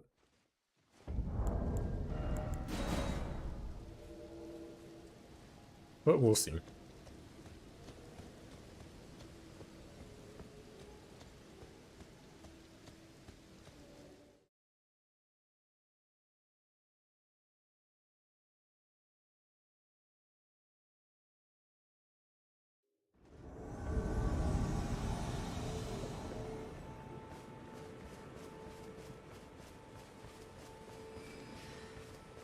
I'm gonna cast her.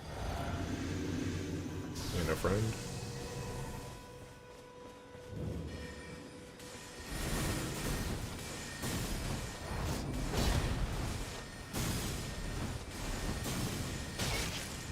Ooh, that latency, holy shit, that's painful.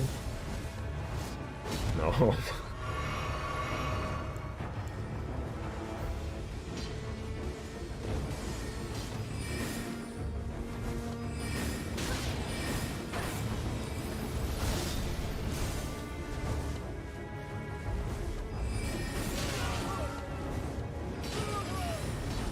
No.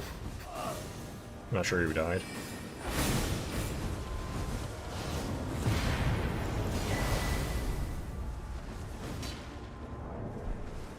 Yeah, like a caster with a half-second of latency is an annoying thing to deal with. As it both makes them harder to kill, and also, like, when to roll their spells unpredictable. I would, like, side sprint a spell, then get hit by a half-second later.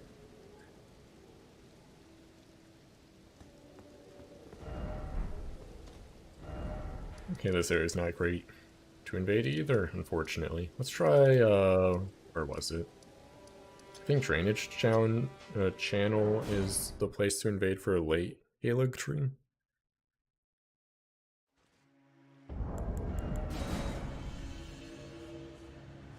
And this will get places, like, primarily where it's, like, the, ulcerated tree spirit. Or ulcerated avatar. I think it's tree spirit in that case. That sounds right. Was it still ulcerated, or a tree avatar? Can't say for sure. Okay, so they're at the side of Grace. Okay, that's like the one issue I have invading here is it can be a very annoying spot to be a sorcerer. Actually, no, they went forward. Okay, we're good.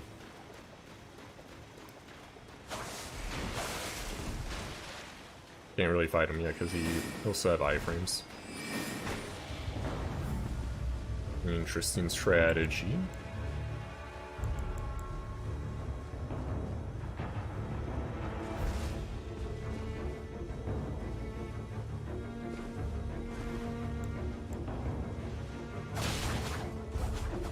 Oh, if I died there, that would have been something. Where are they going? They're just running around.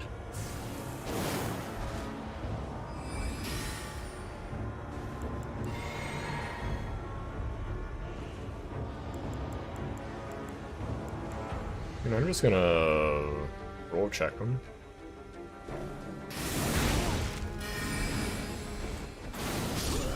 Nice.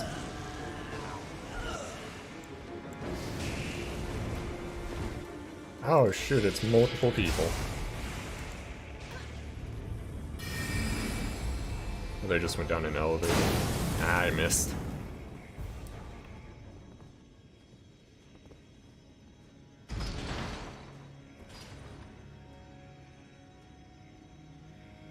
Yeah, they're just waiting for me at the very bottom of it. I'm gonna try and time a cannon.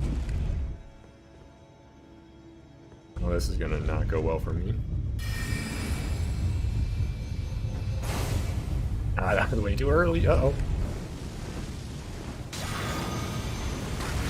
Ooh, what is that spell? What is going on? There's like nowhere for me to go. Man, that looked like it hit the wall, I'm just saying. Okay, we're good, we're good.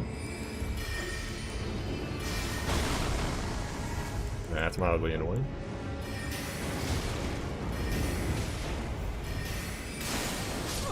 Nice.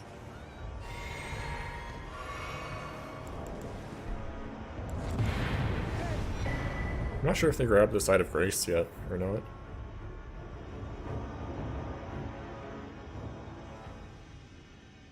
All things considered, that worked reasonably well.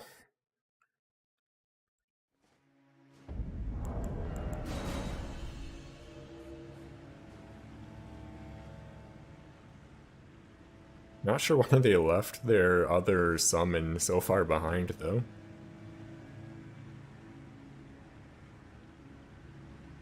They just left them.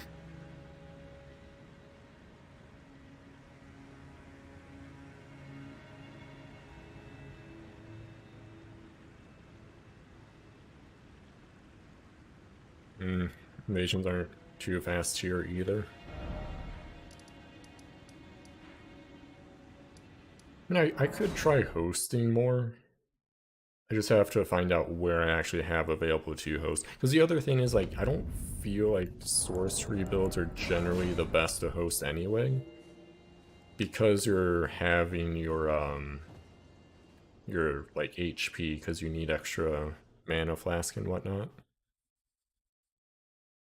And they're typically better for, like, ambush scenarios with the high damage spells and whatnot. It still works perfectly fine, to be fair. Like, nothing really stopping from hosting on a sorcery build. I think this is a solo host. I don't see anyone anywhere.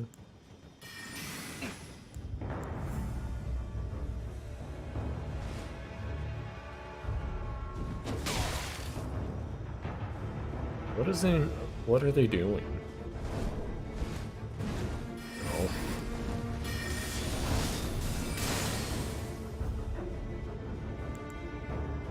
Hey, what did they mess up so they had to switch to their anti-magic shield?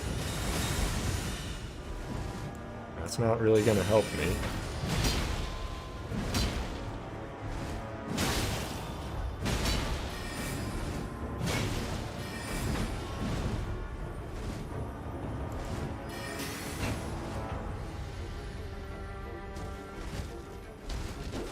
Got him.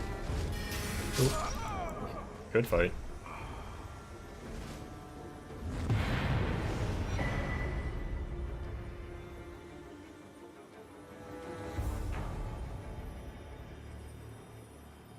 I like how they took like half their HP to switch to a shield that I can play around easily. That was not worth it on their end whatsoever.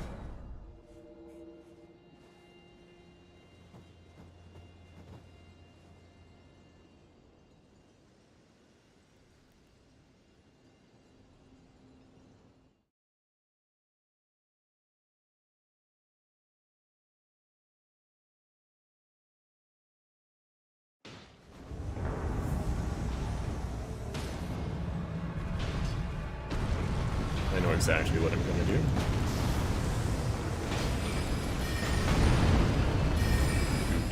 Don't mind me.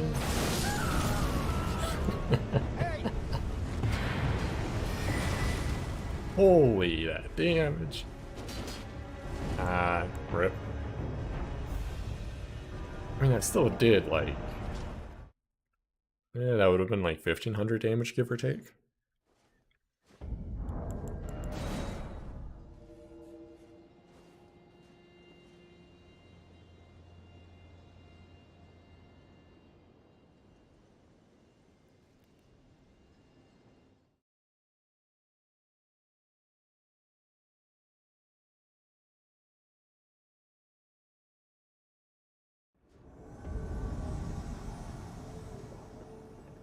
They're way over there.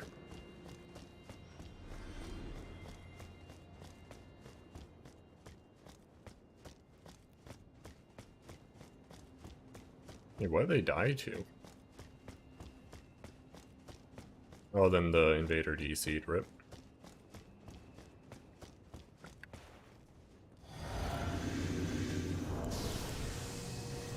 Hey! Barrier of gold. No, that was, mass barrier of gold, rip. Well, I'm gonna make this painful. You did this to yourself. Oh, that's so bad.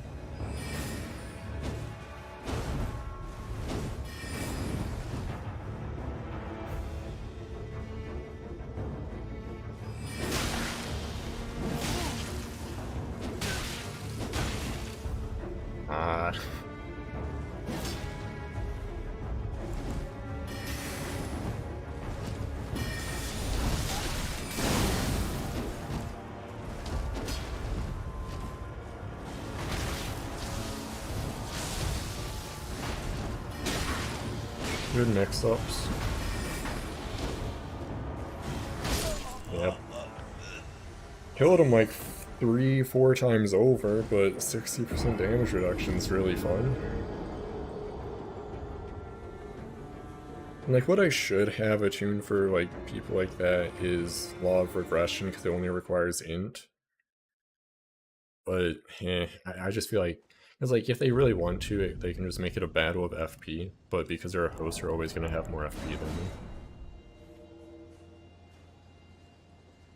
And as soon as they pulled out incantations, I should have backed up a bit and played passively, because then I could just outweight their barrier of gold and actually do damage again.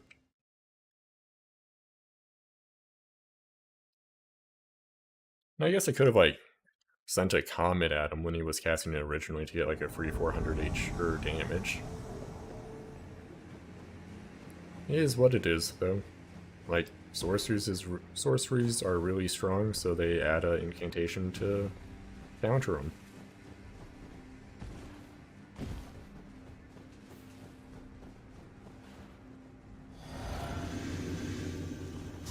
Hey!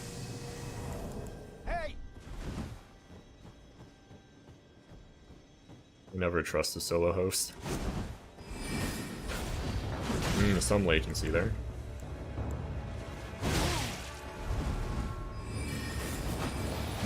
Oh, it's quick step, interesting.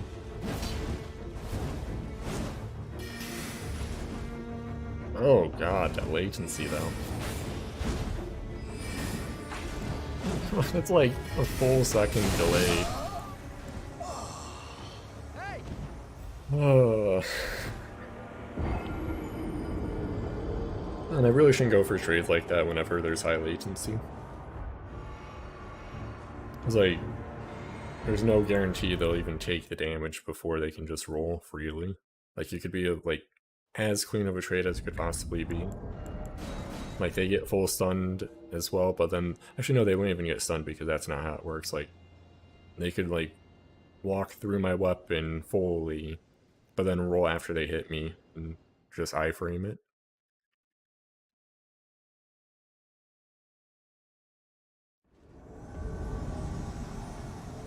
This barrier of gold guy again. I don't think it was Sen. I think it was Sev, right?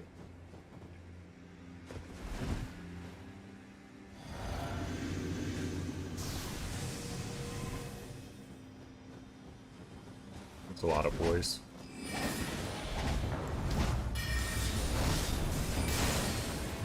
Bit of latency there too. I need to watch out for my stamina.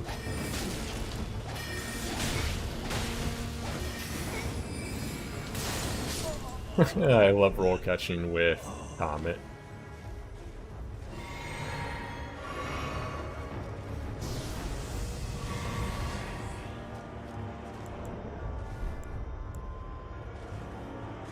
The scaled down red, interesting. Oh no, law of regression, whatever will I do? Interesting. So little damage. No.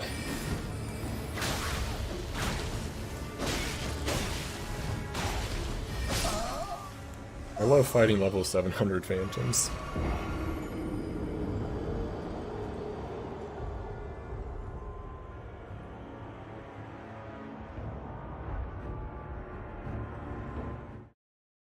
It's like, he was primarily using incantations, but he also had at least 37 int for law of regression. And like high HP and all that, so I would assume fairly high level phantom.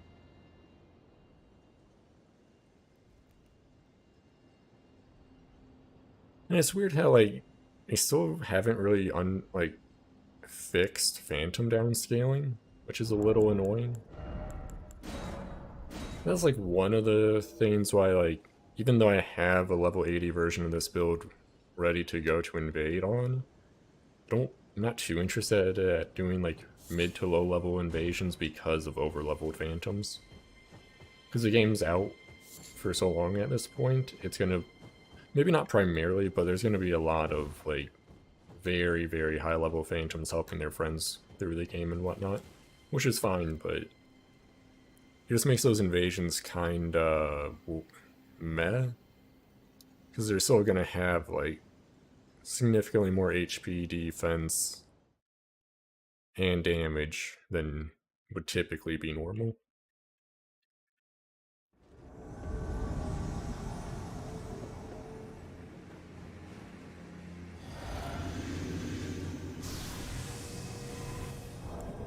Hey!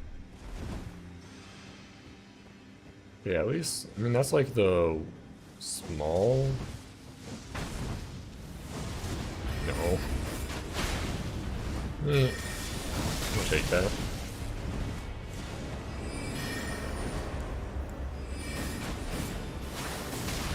Good trade. Don't know how they didn't take damage there. Why are they running? Oh.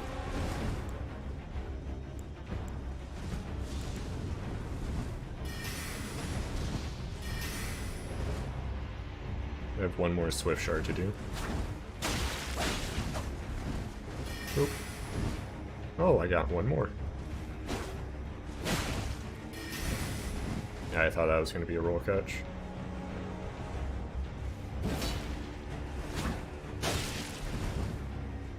I should be able to get this off. Good fight. It's weird how delayed you can do an emote out of a roll. Like any other action, you can emote almost immediately.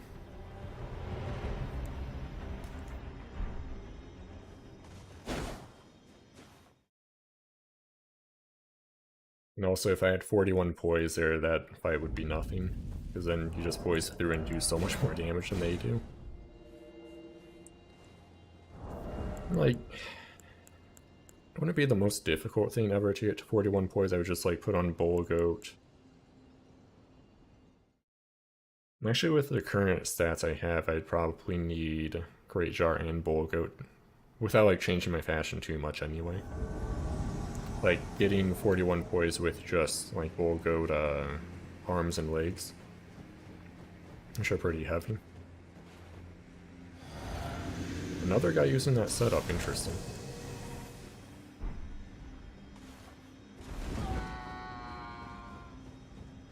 Ah, yes, this is a faith build I've been making tons of progress on. That's not Slicer.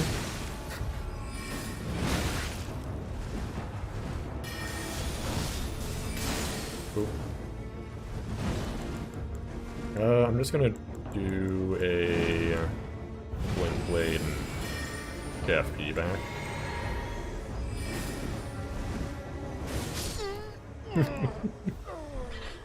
Good fight.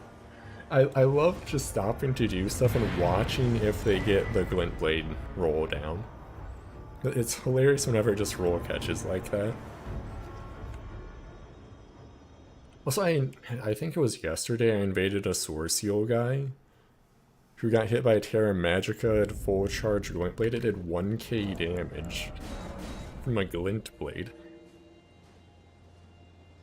They probably weren't too happy about eating that damage. But yeah, like every time I think about working on a faith build, I just think of like the spells I would use, like, oh, why would I use that spell when I have like the sorcery equivalent? Because it's more like, I mean, they have like slightly different use cases or like strengths and weaknesses and whatnot, but I feel like the way I play is more like sorcery is more like in line with the way I play compared to the incantations. Like, even though you can combo or, like, chain a few incantations, like, I can combo my first, like, 5 spells, like, in multiple different orders and whatnot, where I feel like, for incantations, it's, catch Flame or Bestial Sling into Honed Bolt, and that's pretty much it. In terms of, like, chains, anyway.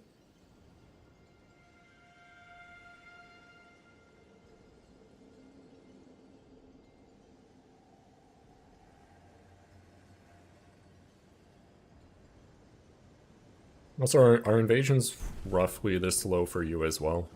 I feel like the rate changes a lot throughout the day.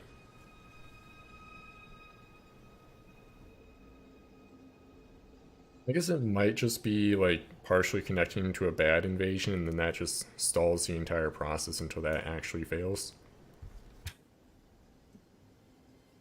Can't say for sure though.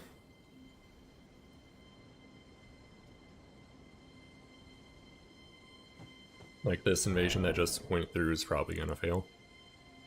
I'd be surprised if it didn't anyway. Yep, there we go.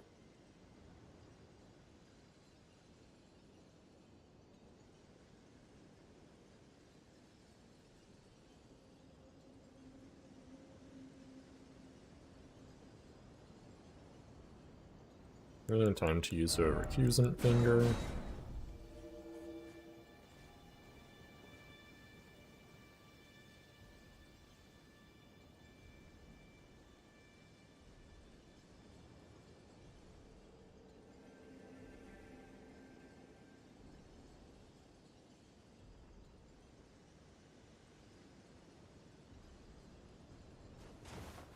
Yeah, rip invasions apparently.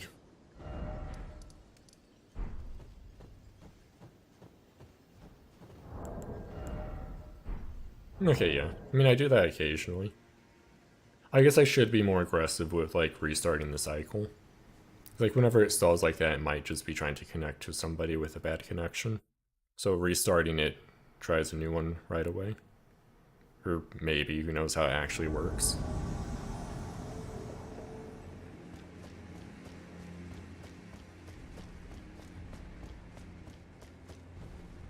Me strong. I hope it's a strength build.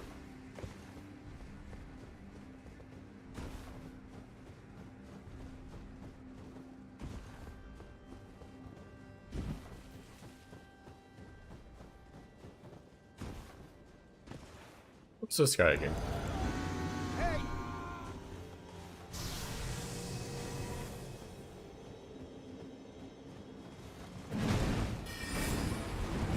Almost got roll caught there. We're very good at this game.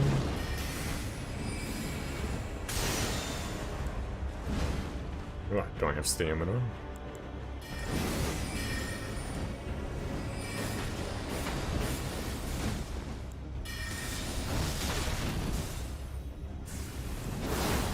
Yeah, that's a very bad idea on my part, just because of how much, or how little stamina I had. There we go. Good fight.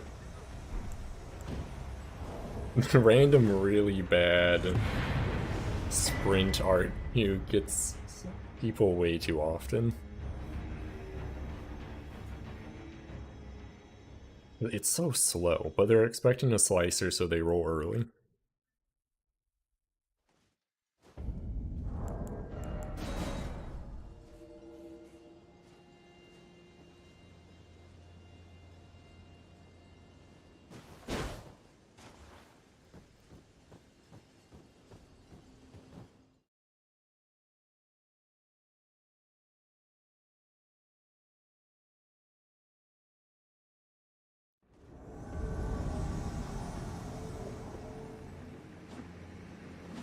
They're literally right there. Okay.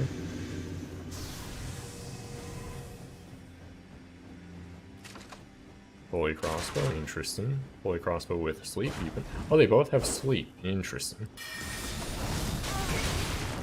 Okay, that's a lot of build-up.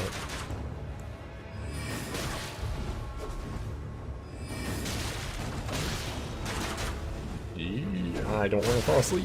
No. Just have to wait for this other invader. I ran myself out of stamina. Unfortunate. Ooh, oh. I mean, that's not as bad as I thought it would be, all things considered. Oh. Suppose that works.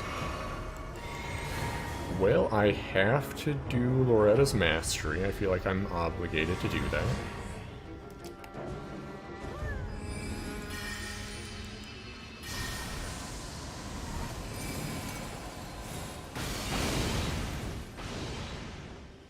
I like how the red almost jumped right into all the other stuff.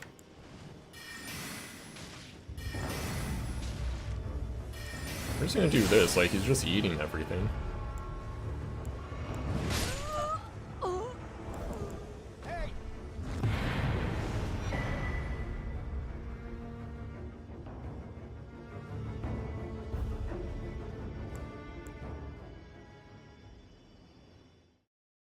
Probably should have used a comet earlier when they weren't dodging stuff, because they would have just died right then and there.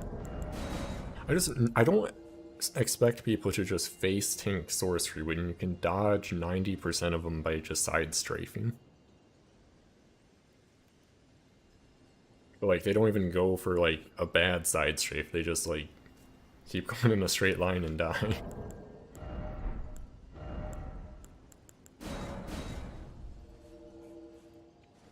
Okay, yeah, I just need to be more aggressive with, like, invasion spamming. And that's weird that, like, it reverted to, like, Dark Souls 1 type of invasions where you just spam it over and over again, because you don't have to do that, like, ever in Dark Souls 3. Oh, literally right there. Oh, and there. Are they gonna gank me, or... Yep. Fun. Okay, I have a dumb idea.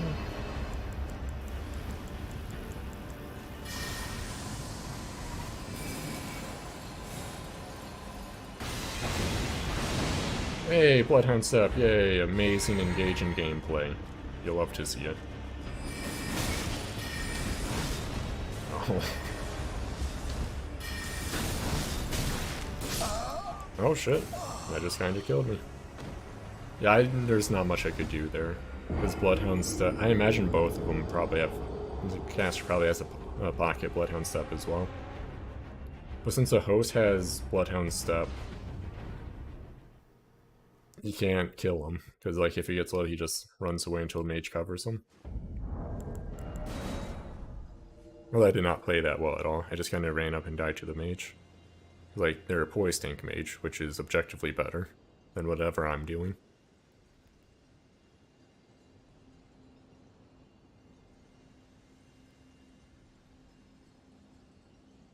I'm still, like, really sad that they got rid of equip load being tied to strength instead of endurance.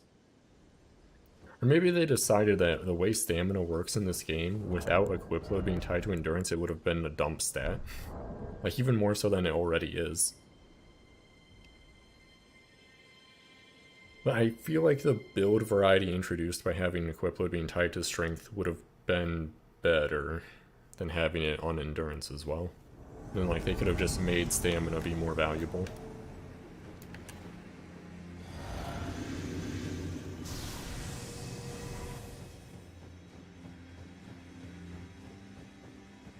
It's like, you shouldn't be able to, like, be a bull goat caster. Hey!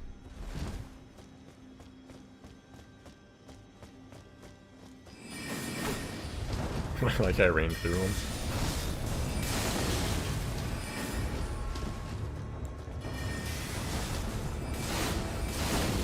Shit. Don't know how that second one didn't actually hit me, though. I feel like her connection's probably not the best.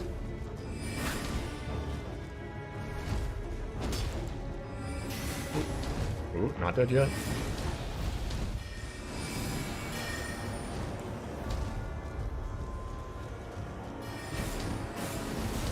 Ooh, almost got it. There we go. Yeah, I feel like her connection probably wasn't the best there, because I feel like I definitely should have taken some damage where I didn't.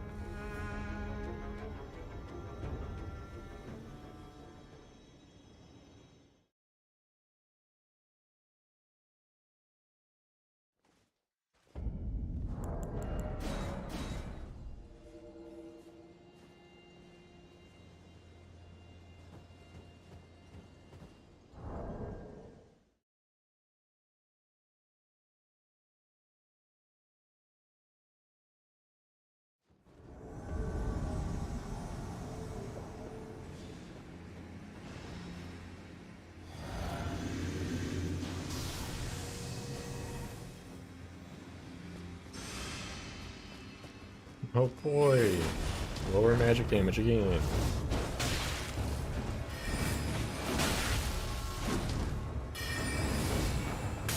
I didn't go to the follow-up, that would have been funny.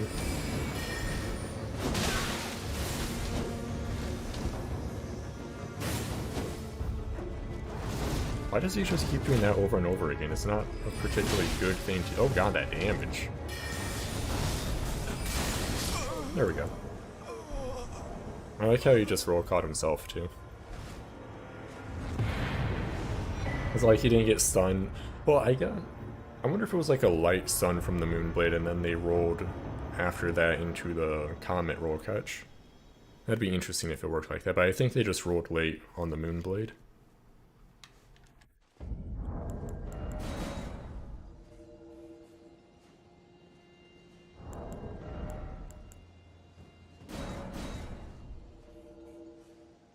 Yeah, literally just spam the invasion items and it's so much faster. That's good to know.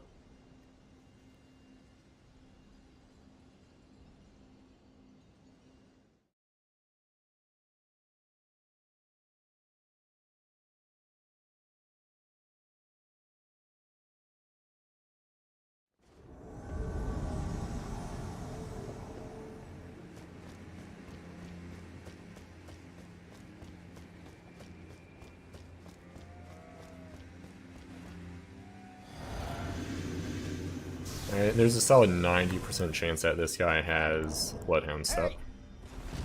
It's a Moonblade. Moonveil. Okay, that is Moonveil. Bit of latency there. Eee, and by a bit of latency, I mean a ton of latency. I'm just gonna do this. That's so much latency.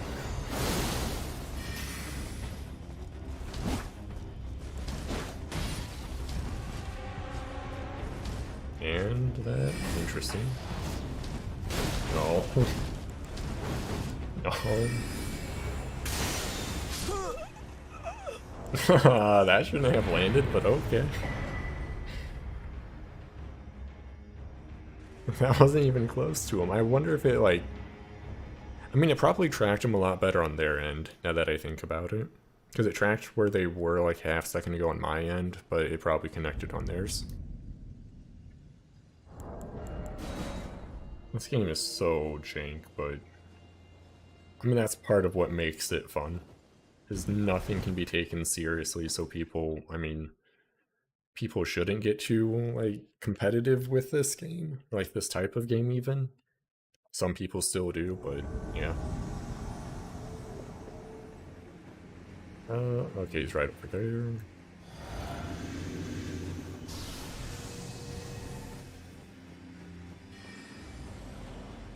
Interesting.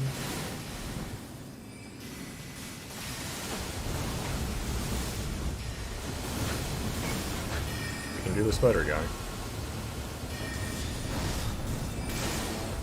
Yeah, okay, literally what are we gonna do if we both just keep doing this? No.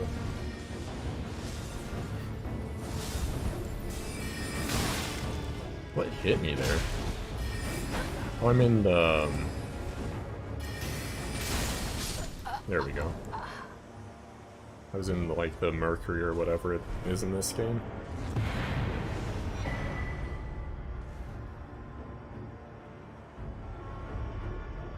Interesting fight, though. So I'm surprised the Stars of Ruin wasn't adjusted in the patch as well. I guess it's one of those odd spells where... like, it's hard to balance to a, like, what feels like a fair spot. Because the projectiles move so fast compared to, like, Star Shower, they need to have good tracking, otherwise you just, like, side stray for half a second, then the spell is done.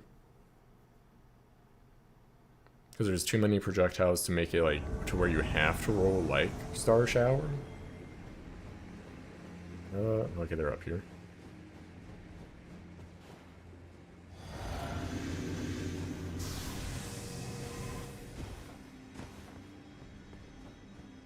Hey! Hey! Hey! Yeah, Barrier of Gold. Okay, no it's not.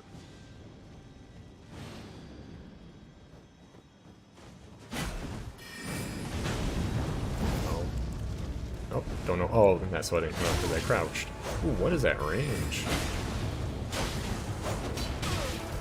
Bit of latency. I feel like that should have landed.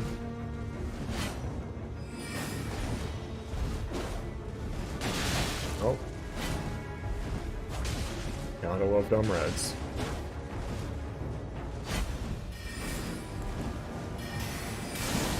There we go. Then I won't gank the host because they weren't ganking me. Hey!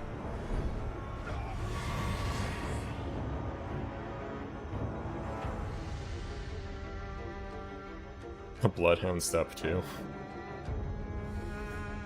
Then the, well, what is it? Oh, the seppuku.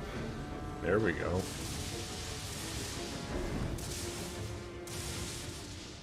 Oh, they're trying to make lightning spells good. Oh, they're trying to make all sorts of spells that aren't very good. Good. They're just trying to use them, rather. There's so much stuff on that character.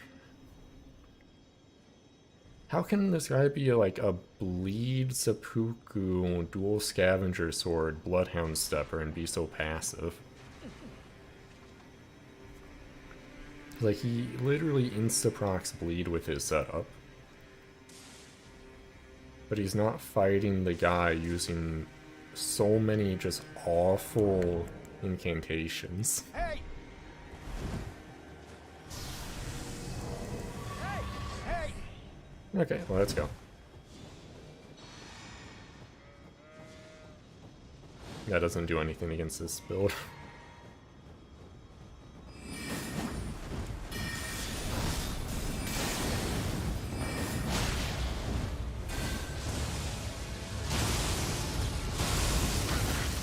Okay. Ooh, that damage, holy shit. Unfortunate. That's bad panic on my part.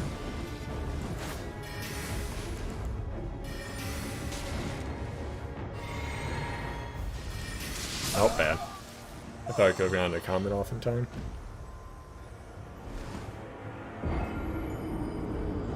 I just forget just how much, like, variability Lightning Spear has in this game.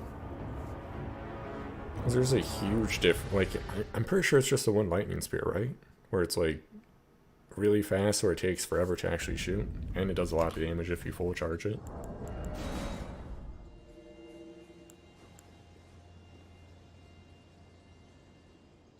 Whenever it, like, switches from more of an invasion type scenario to a duel, I need to be better about using Glint Blade and Phalanx. Because, like, those are very good dual spells that I'm kind of, like, shooting myself in the foot if I don't use in a duel scenario.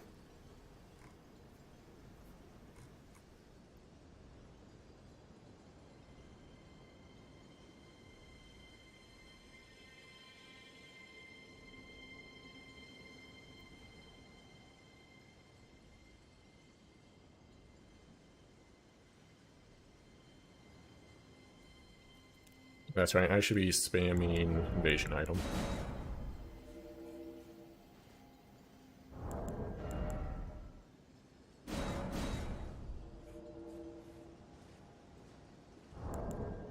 I guess I could wait for the attempting to invade another world thing to go before spamming it again.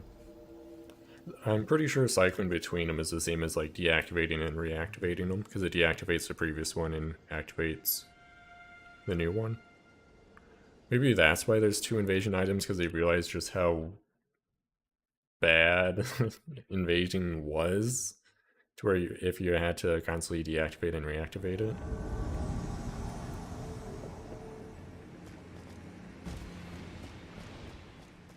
Ah, ooh, it's a 2v1 with a caster with mastery. So I'm gonna do the reasonable thing and outcast him.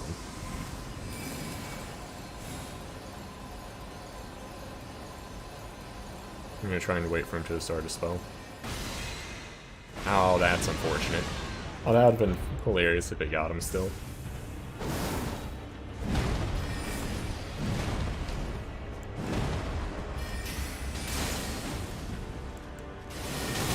Oh shit. I mean, that damage is pretty awful, not gonna lie. I'm just gonna do this now.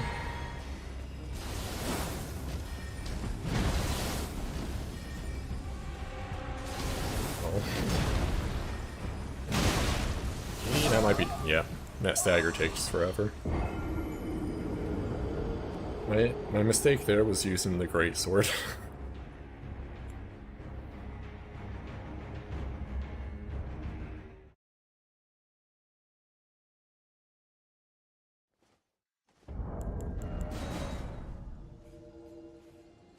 Because we're just going for like high stagger into spells and whatnot. And, like, I don't help that by doing attacks with high recovery on my end either.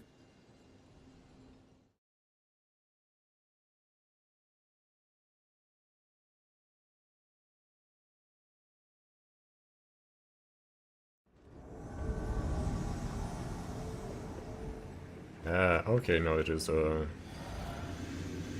nice. Can't tell if they were ganking or not.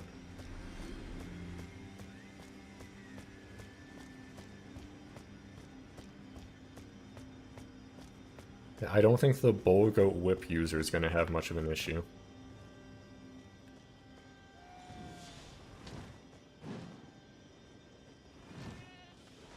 That's funny. I think a hunter's joining the world. That's usually when the Miyazaki shuffle happens.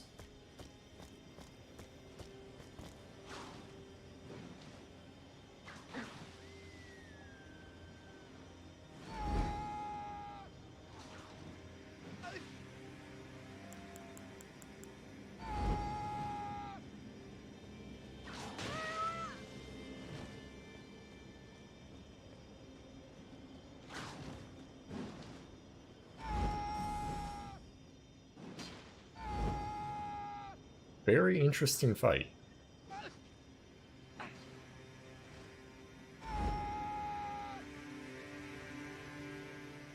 I'm so tempted to pull out a Loretta's Mastery and just one-shot one of them.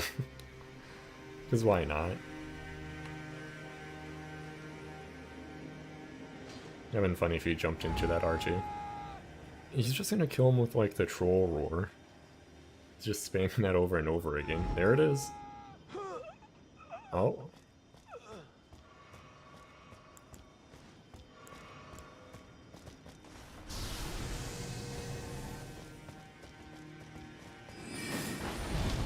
He goes for that. Good amount of poise.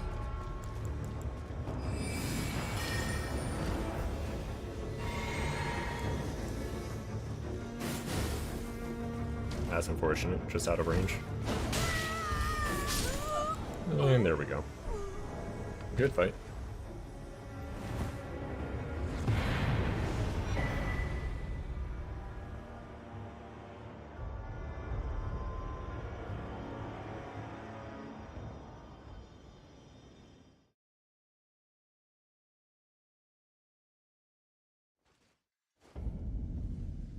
And we go again.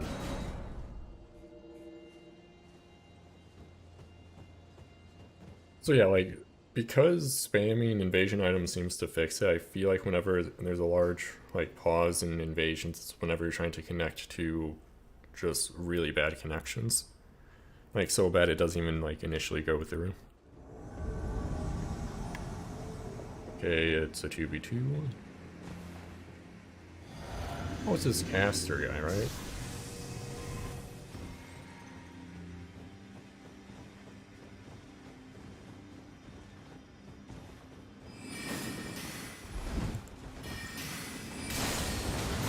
I'm gonna take that trade.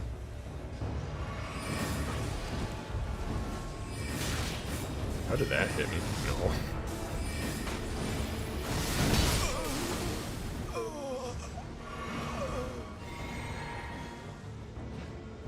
You just want to spam that? Let me go around this way.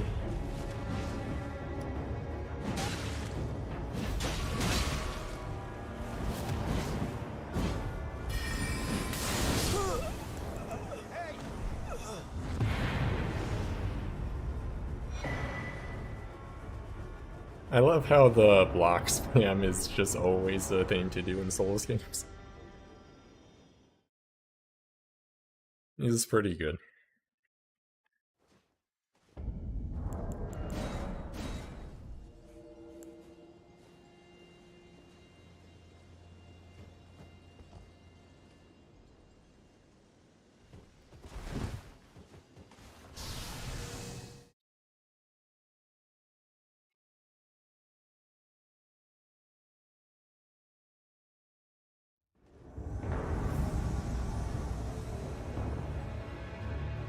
Oh, they're actually up here. Interesting.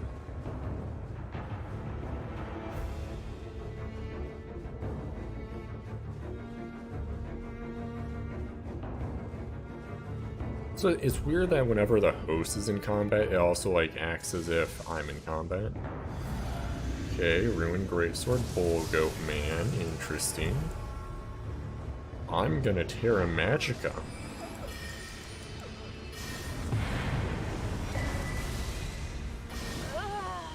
Why did the Bull Goat Man have like 1k HP? And why did they aggro everything in the camp as well? It looked like they were having a party. Actually, I guess using the ruined greatsword will kind of do that.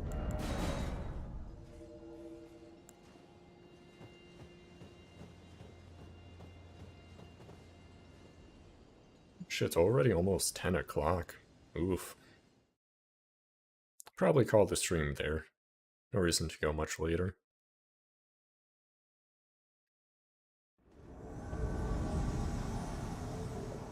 Okay, they're like right here. Oh no, they're right up there.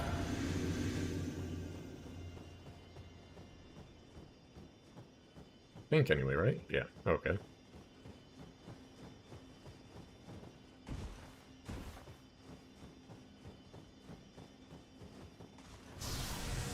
Why is this guy so low on HP? No. I kind of feel bad about that, but whatever.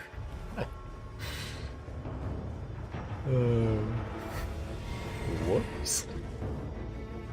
Well, they just jumped down again to summon more people. That's pretty good.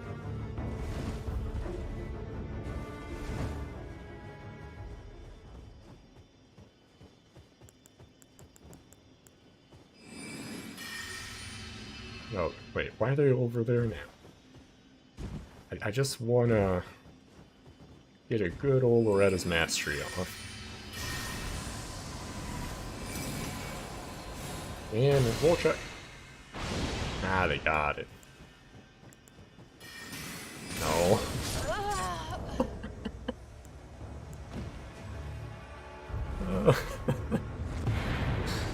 Oh, shit.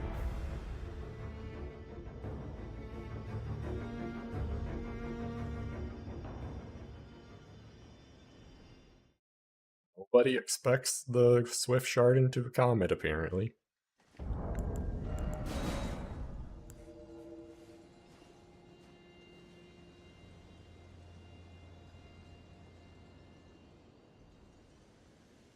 I really need to use a cannon more often.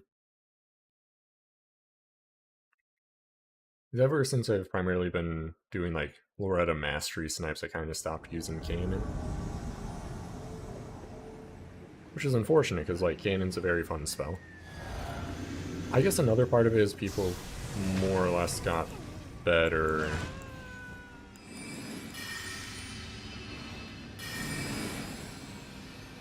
This is just a blind shot.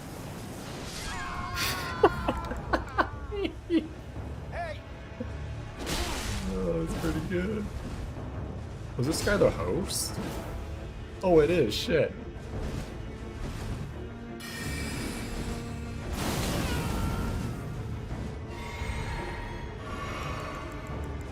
Okay, I have one shot this man.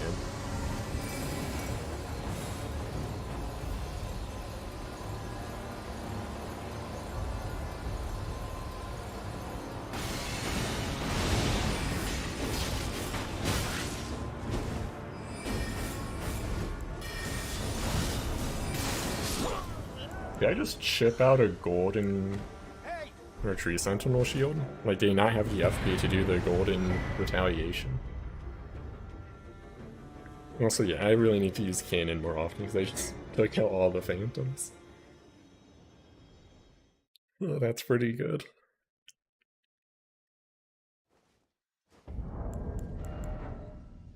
Wait, why can't I? Oh, there we go.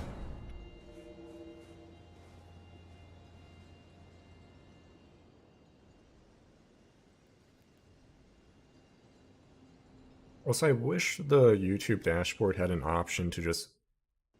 Actually, that's not really a clip worthy. I just two-shot people with a cannon, or one-shot two people with a cannon. But I wish the YouTube stream dashboard had ability to make clips from it. Because as it is right now, I would have to, like, open a different instance of the video or stream and make it from there.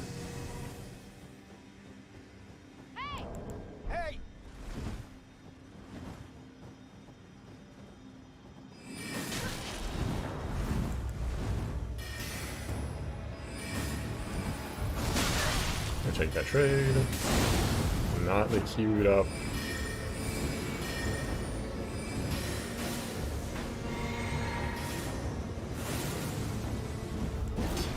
I thought I still had,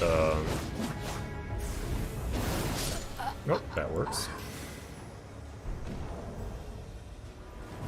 Actually, let me check. Can I make a clip from... No, I can't. I would have to just make it completely new. What you call it? Yeah, just have a separate window also playing the stream. From like the actual like YouTube page anyway, not the dashboard. Which is a little inconvenient.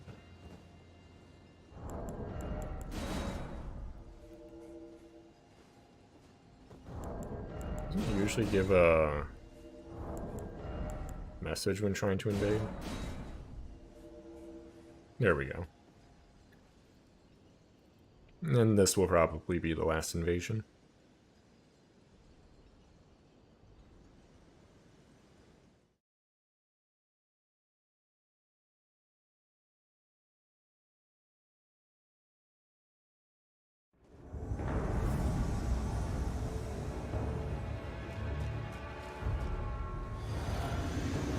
I feel like that's too far away.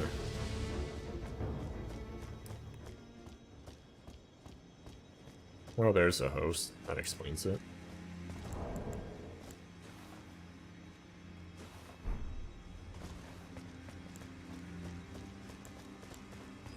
Eee, the lag.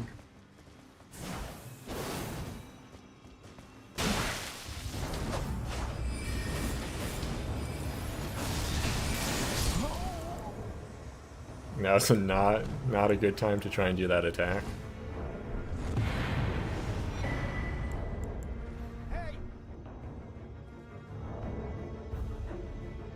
Like full Moonblade into full Comet. Poise OP. I feel like I wanted to test something, but I forgot what it was. So yeah, I'm just gonna call the stream there.